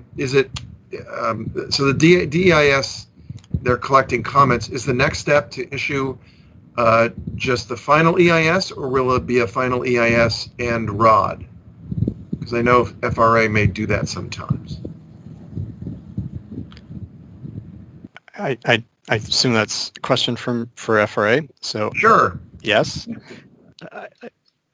We have the option of issuing a final FEIS and record of decision, but that given the circumstances, that may not happen. It may be that they're separate. But really, before that happens, we would expect further discussions with the district government and NCPC about issues and concerns about the project. Right. So it could take a long time to get to the FEIS, and then it could take even longer to get to the ROD. So I guess one of the questions I have, and again, Mr. Valentine, don't disappear. I think this probably question is for you. Sure. Again, have to do with process. And so one of the things that the Park Service does when we are addressing, when we're undertaking NEPA action and trying to do it as holistically as possible, we do try to consider a pretty wide range of alternatives, and the more that we consider in that NEPA document up front, the easier it is for us to adjust later on. So if we, examine something thoroughly in that initial stage, even if we don't pick that alternative the first time around, we could go back and do an updated decision document or memo to file or something like that to be able to, to cover the necessary NEPA territory in order to make changes. So I'm wondering if in the process, and I'll admit I have not read the entire DEIS, but is it possible that you can cover the range of alternatives, including an alternative as drastically different as may be proposed by the district, in order, even if it's not the preferred alternative, even if it's not what's selected ultimately in the end, just to cover the bases and to make the path smoother, because, I'd hate to get to the point where we propose or we approve something that's substantially smaller, and that sends you back into another 2-year, 3-year, 4-year NEPA cycle. Thank you, Commissioner May, for the excellent question about the process and the circumstances that we find ourselves in. We engaged in the working process with the district about parking and recorded that in an appendix. And that parking appendix, which I think is A6, but I could get that site wrong, it has a section that addresses the potential consequences of a smaller parking program in a qualitative manner to at least to start to address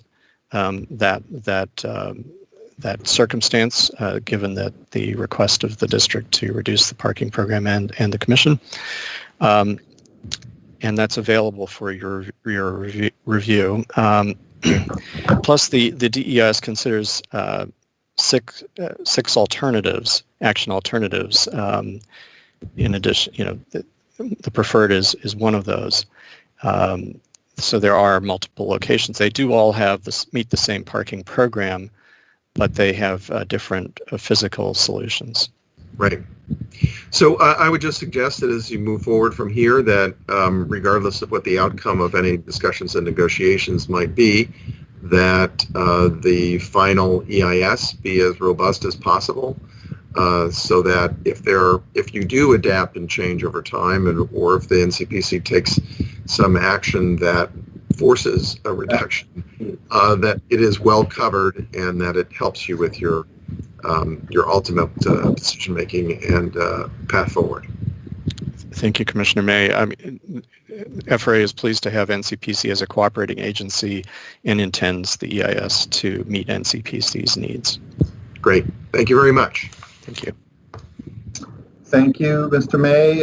Commissioner Argo.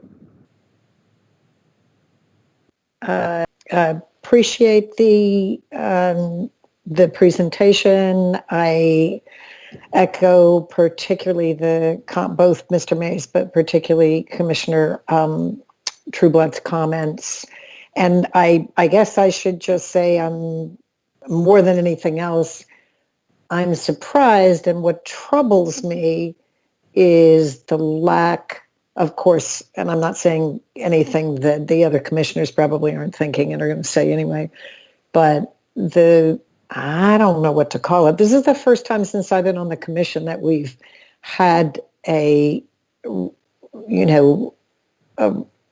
this kind of unresponsive response to what were the obvious concerns of the commission during the initial presentation. So the sort of attitude that accompanies that troubles me. And I look forward to another presentation that addresses the concerns that we brought forward initially. Thank you. That's a very soft but clear message, Commissioner Argo, so thank you for that. Commissioner White. Thank you. I have very similar comments to my colleagues, and I don't find the FRA's presentation or response very compelling, either in what they put in the DEIS and then how they're talking about addressing it. And what troubles me on the process side, if this goes unchanged, as it has in the DEIS, what faith is there in the next phase? So I'm curious, if you go straight to an EIS rather than amending the DEIS, when does the public really get a chance to see what you have in mind? So when you talked about going from the DEIS to the FEIS and then ROD, you could do that simultaneously. I'm just curious, Mr. Valenstein, how would you allow enough time for the public to really understand how you've addressed this? So will there be a comment period? Will there be an amended DEIS? Are you considering those things? Because this is, it's just so far off from anything that anyone has asked you to do. I'm just very curious how you would address it. I appreciate the question. It's a very good question. It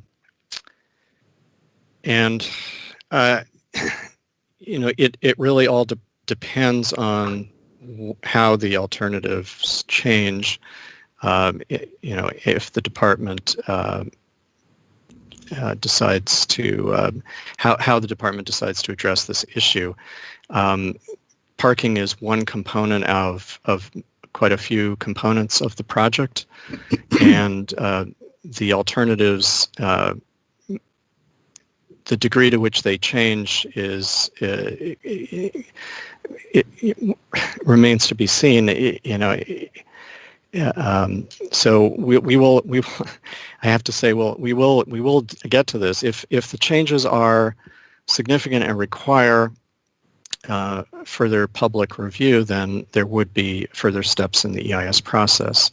That's a normal circumstance under NEPA if there was a change that merited further public review. So I think much depends on those on the nature of the change, and I know we're not here to talk about that today, but there will be further opportunity to talk about that.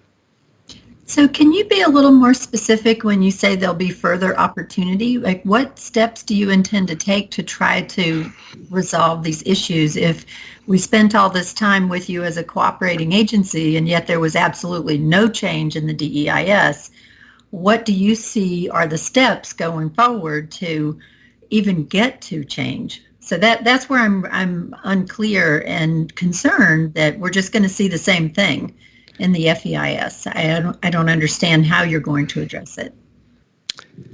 And I know you're the messenger, but you're the one here, so we have to ask you these questions. I appreciate that. So the agency commits to further dialogue with the district and NCPC, particularly as it relates to parking, and we would engage in that dialogue after receiving comments before we would proceed with an FEIS. And certainly there needs to be some further discussion between the department and the district around this parking issue. I fully expect that will need to be considered, but the outcome I can't predict. There could be outcomes where what we have tried to do, and which is all we could really could do in the circumstances, is to address qualitatively what happens to each, what could change the consequences for each alternative, how they would change if parking were reduced. And we've recorded that in the appendix. Appreciate your comments on that. What we are, there are other features that I think are not under discussion for change at this point, or at least we expect comments on everything. But as far as the commission, the alternatives may resemble the ones that are there now, with less parking, and that could be one of the outcomes. Thanks. I don't have any other questions. Okay, thank you, Commissioner White. Commissioner Wright.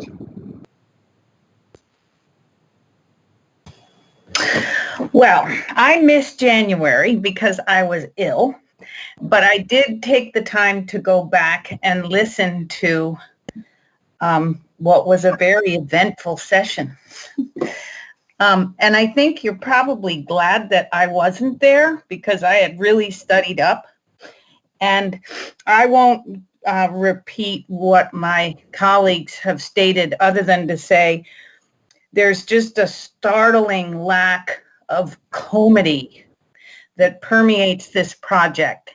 And I don't get that. I mean, it's what we rely on to make our little ecosystem of design and plan review work. And without it, we're just going to have many more discussions like this. And I think that's a startling waste of people's time. So I hope that the next time we look at this, we will see some movement in the right direction. And I think the other commissioners have outlined what that would look like. So I won't add to it. Very well said. Thank you, Commissioner Wright. We did miss you there, but you were there with us in spirit that day. So thank you. Commissioner Dixon. Yes, I would like to obviously join in with all my colleagues, and particularly the position presented by the D.C. government, the planners. Well said. I do have a couple just questions. I'm not sure they're related, but that's not uncommon. One thing, since the train systems are greener, so much greener than planes, they hopefully will be more use of them, but that doesn't mean there has to be more cars. We are, I think, hoping that there'll be subway riders coming in that way, but there will be some drop-off, which is a big issue. I don't know that this touches it, but there's some talk about removing the Christopher Columbus statue in front of the building. If that does occur, or if that happens, does that do anything for our drop-off and our circulation pattern? Oh, I don't know who can answer that question. I know Mr. Fliss doesn't want to jump in on that one. If I might suggest that our transportation planner for the project address that question, Mr. Morrison. So independent, Drew Morrison here, independent of the disposition of that particular statue, Commissioner Dixon, Columbus Plaza itself remains a National Park Service property. We have made improvements to the front of the station in the alternatives to improve the pickup and drop-off circulation. That is a major challenge with the station today and would be exacerbated into the future with increased rail ridership. And so the system respects the overall historic boundaries of the plaza and of historic elements at the front of the station while improving the throughput and pedestrian access at the front of the station. And we hope those, along with some other measures related to pickup and drop off, will make the approach at the Columbus Plaza more effective. Yeah, well, I knew about that. I think you presented that last time, but I still raise the question if the statue is not there and that doesn't create that barrier, maybe create some other options in terms of drop-off. I don't know. I can jump in a little bit here. Well, I, for one, certainly acknowledge at this point, it is very clear that the administration, the department, the Park Service are intent on keeping this and other statues in place. But should something else change, I have no doubt that the plaza itself would remain as is, and I do not see the existence of the plaza as being a problem for that. The traffic issues there. I mean, it used to actually work better in many ways before it was recently reconfigured, and I think it could be reconfigured again in a manner that would make use of the existing space without affecting the plaza. So even if for some reason the statue were not there, the plaza would remain and be an amenity, a public amenity, and actually a critical part of the design of the station. Okay, I guess I only raised it because you make the statement that you're going to keep statues. Well, just like we want them to listen to us about the parking, we need to listen to what's going on in the nation now about statues, and that could happen. But you're suggesting that the plaza would remain; it wouldn't make any difference, and therefore wouldn't help us with the park with the drop off. I understand. Thank you. That's correct. Yeah. Okay, thank you, Commissioner Dixon. Commissioner Mendelson. Thank you.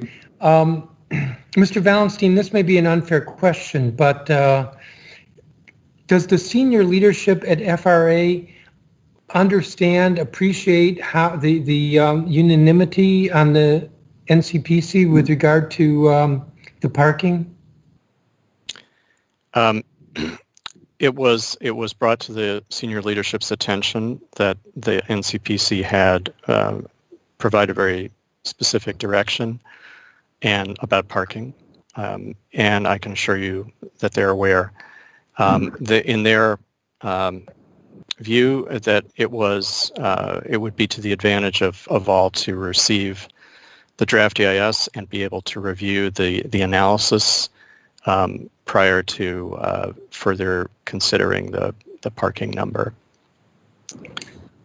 And the senior leadership appreciates that. There seems to be a sentiment that I'm hearing here that ranges from disagreement to disagreement with some offense. And they appreciate that? I will certainly take that back. I'm trying to be a bit polite here. Did FRA meet with the developer of Burnham Place, who has been quite active with regard to analyzing parking needs and what the impact of this would be on the already granted private development rights? Have you all met with Ackridge? Yes, I am aware meetings were held with Ackridge.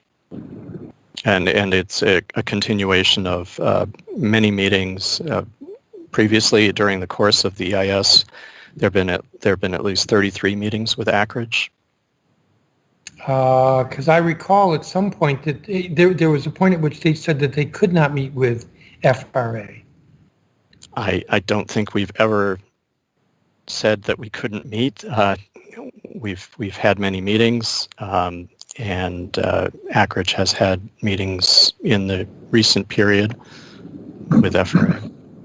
So my understanding, and I guess this goes back to a question I had asked of Mr. Fliss earlier, is that NCPC has the final approval authority on what number of spaces, how big a garage would be built. But I'm not clear on the EIS process, and the impression I have is that what I'm hearing from you, Mr. Valenstein, is that the fact that the 300 spaces is addressed in an appendix is sufficient enough if NCPC ultimately votes to go there? I'm not making that assertion at this point. We don't know. I don't know what number of parking spaces would be the ultimate number. I think that we're eager to hear from all points of view, and then I think the department would have some further conversations with the district government. I think I'm a little confused. Yes, Mr. Valenstein? Yes.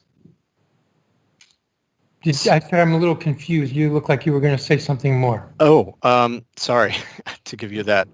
I wasn't thinking of something more, but so I wasn't asserting that necessarily that appendix is the end of the story. It's a qualitative analysis of what the implications would be from reducing the amount of parking on the consequences, the environmental consequences of the project. There may be additional analysis that's necessary depending on the nature of the changes that are agreed to after the draft EIS. It is.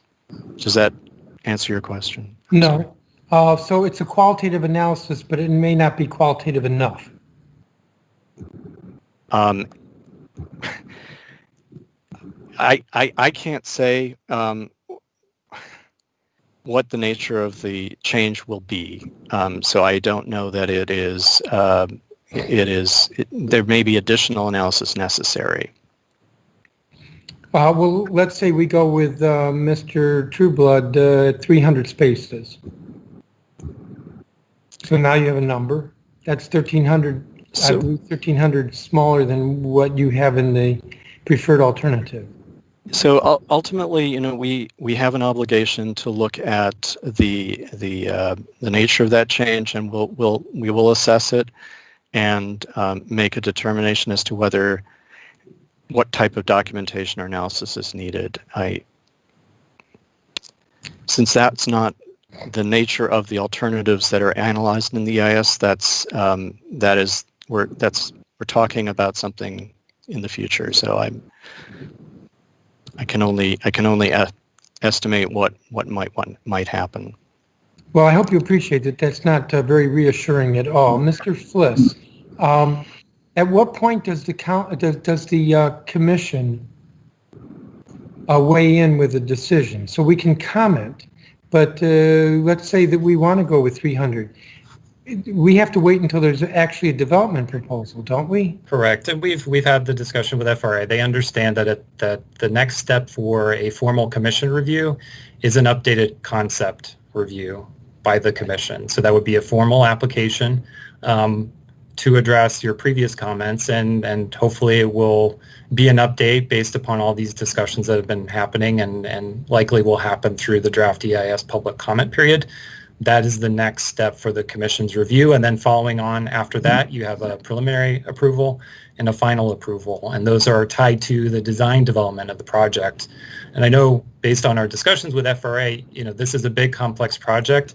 That preliminary and final review might be a couple years out, and Mr. Valentine can correct me if I'm wrong. So there are multiple stages, but the critical thing from staff's perspective is that next concept review, where FRA, the applicant, comes back and says, here's what we've heard through this process, both the EIS as well as the commission process, and this is the updated development plan. So that's kind of critical, and we've asked FRA to provide that submission before they get to the final EIS.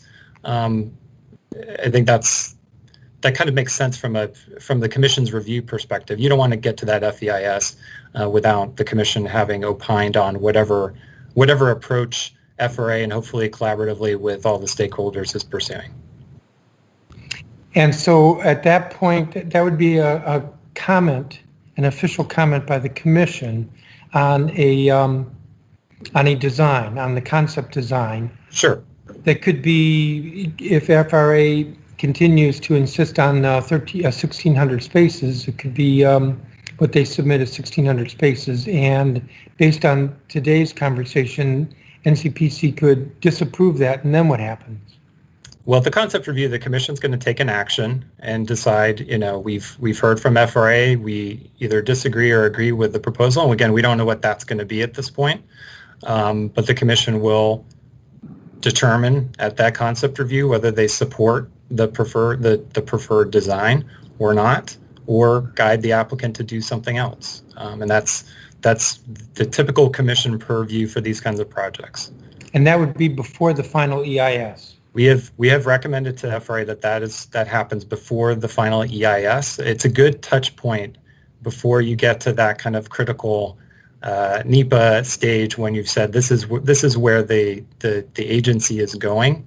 We don't want to get too far down the road with the EIS. And FRA has agreed to do that before the final EIS. We've had that discussion with FRA. I think David, you can weigh in. Yeah, it's my expectation that we will do that, and the EIS acknowledges that we will further coordinate with the district and NCPC following the comment period. And I will say also from staff's perspective, I mean, one of the things about the comment period is we also will want to see what the other public comments are on the EIS after that period is closed. I mean, there may be comments on other issues that we are not certainly not talking about today since we're focused on parking, but we certainly want to hear from the other agencies, other stakeholders in the public, and the Commission, I think, will want to hear that as well on all the other complex kind of aspects of this project. And I think that's one thing that FRA also has to consider.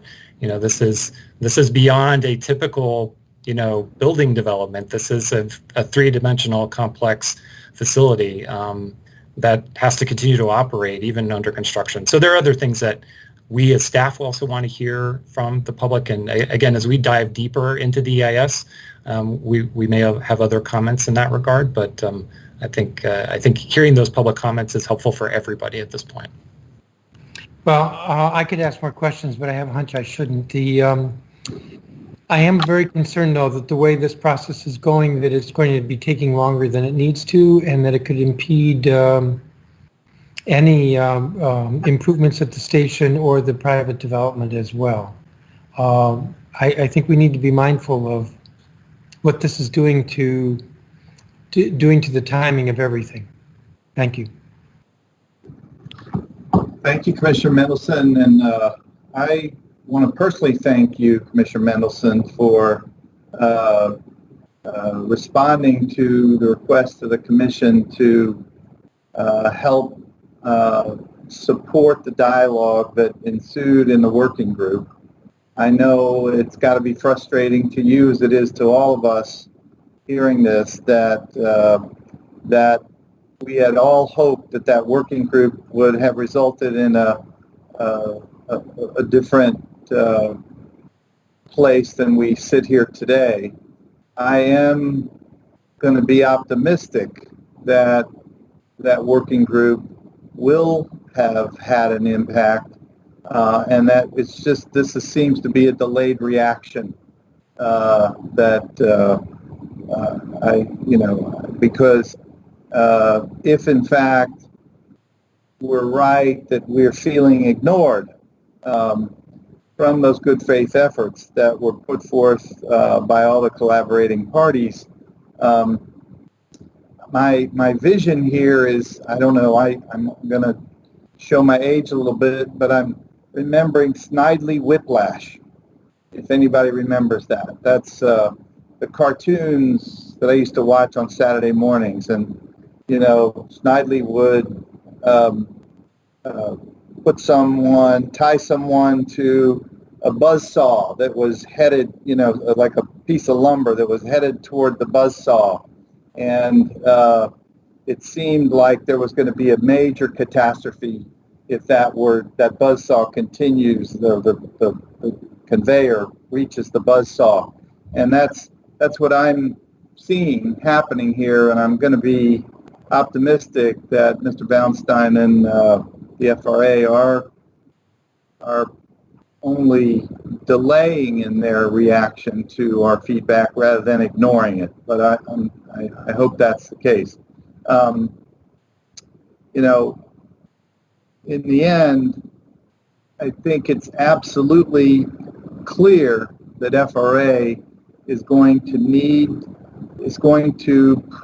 have to prove its need for parking. And the overwhelming evidence at the moment seems that they have not yet attempted to do that in a good faith way. So if there's one message I think we can send back in this report that we're going to comment on the draft EIS, it's that we are not seeing any kind of proof or demonstration of need for parking anywhere near the magnitude that's being expressed here. And then, I do appreciate that there is a community process that's about to ensue. I've got to believe that the FRA and their consultant team understands that they are moving down this conveyor belt of this buzzsaw, and I don't envy you for having to participate in the public meetings that you're about to engage with. So I wish you luck with that, because I think we're mild in comparison to some of the things that you're about to be faced with. And then there's one more thing I just want to say, which is, Commissioner Mendelson, you were just talking about the concept plan with Mr. Fliss, and I will say that I am yearning for that vision that, I think Commissioner Trueblood so eloquently talked about, the kind of the need to see an excellent urban design intervention here that, again, seems in conflict with the kind of current state of affairs with the draft EIS, and that this kind of three-dimensional vision that we have not seen yet, and haven't really seen a process that shows us it's going to get there. But I can assure you that that concept vision, that kind of domino effect of these major infrastructure decisions on the overall urban design is going to be equally scrutinized as much as this parking issue. We just haven't gotten enough there to even bite into it yet. So, the development of Burnham Place and the kind of collaboration that's going to happen in order to create that kind of shared vision is something that I have no idea how you get from where you are to where I see you're going to need to be. But, I think that the collaboration is going to be necessary. And I certainly hope that there's a commitment to it that's stronger than what we're seeing so far with the response to our comments in this current draft EIS. So I'm going to be hopeful because summer's about to begin. This is our last session for the rest of the summer for us. I hope when I see you again, I'll have shorter hair. Who knows if that's really going to happen? But I'm hopeful that Snidely Whiplash is not going to succeed here.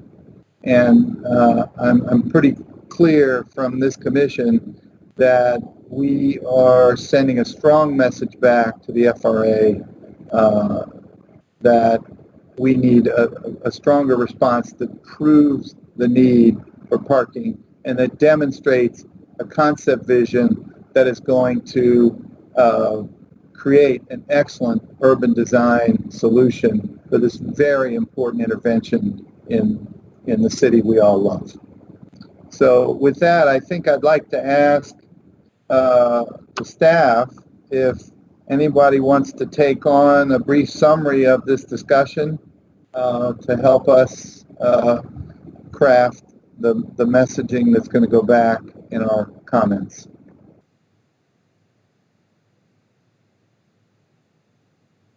You're on mute, Diane, I think. Out of practice. Hi, Vice Chairman Gallus. This is Diane Sullivan, Director of our Plan Review Division here, and I'd be happy to take a stab at summarizing what we've heard today, although everything you just said was a very good summary. I do want to underscore that it sounds like the Commission is supportive of the comments that we have so far in our presentation and the report that Matt has prepared, especially with regard to the lack of justification for the long-term retail and rental car parking, and that it simply just isn't there, and that we're looking at outdated assumptions. But in addition to what we had in the presentation, I'd also like to add a few other points that I picked up from the discussion today, which is to express frustration given how much time and analysis has gone into this so far with little movement, to underscore the feedback from several stakeholders, including Congresswoman Eleanor Holmes Norton, local ANCs, and the community. And to underscore the need to work collaboratively now to prevent significant delays in the future, and we've heard that from several Commission members today. We're also going to recommend the final EIS be as robust as possible to cover any changes in parking that may result from the Commission's decision-making, changes in parking and any related impacts that may have changes in land use.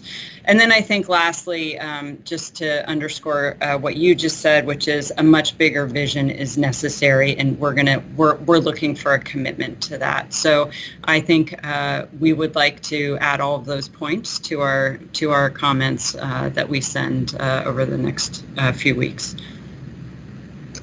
Okay, thank you. And I think that is an adequate summary. I'd like to ask if any of the commissioners have any further things that they'd like to add that they haven't heard, that don't feel were emphasized so far. Not to repeat, but anything new that you'd like to add. If I could interject, this is Phil Mendelson. In looking at the proposed comments that were in the information presentation that we received, the draft comments are all very polite, and I think there should be a strong statement that there was unanimity among the commissioners that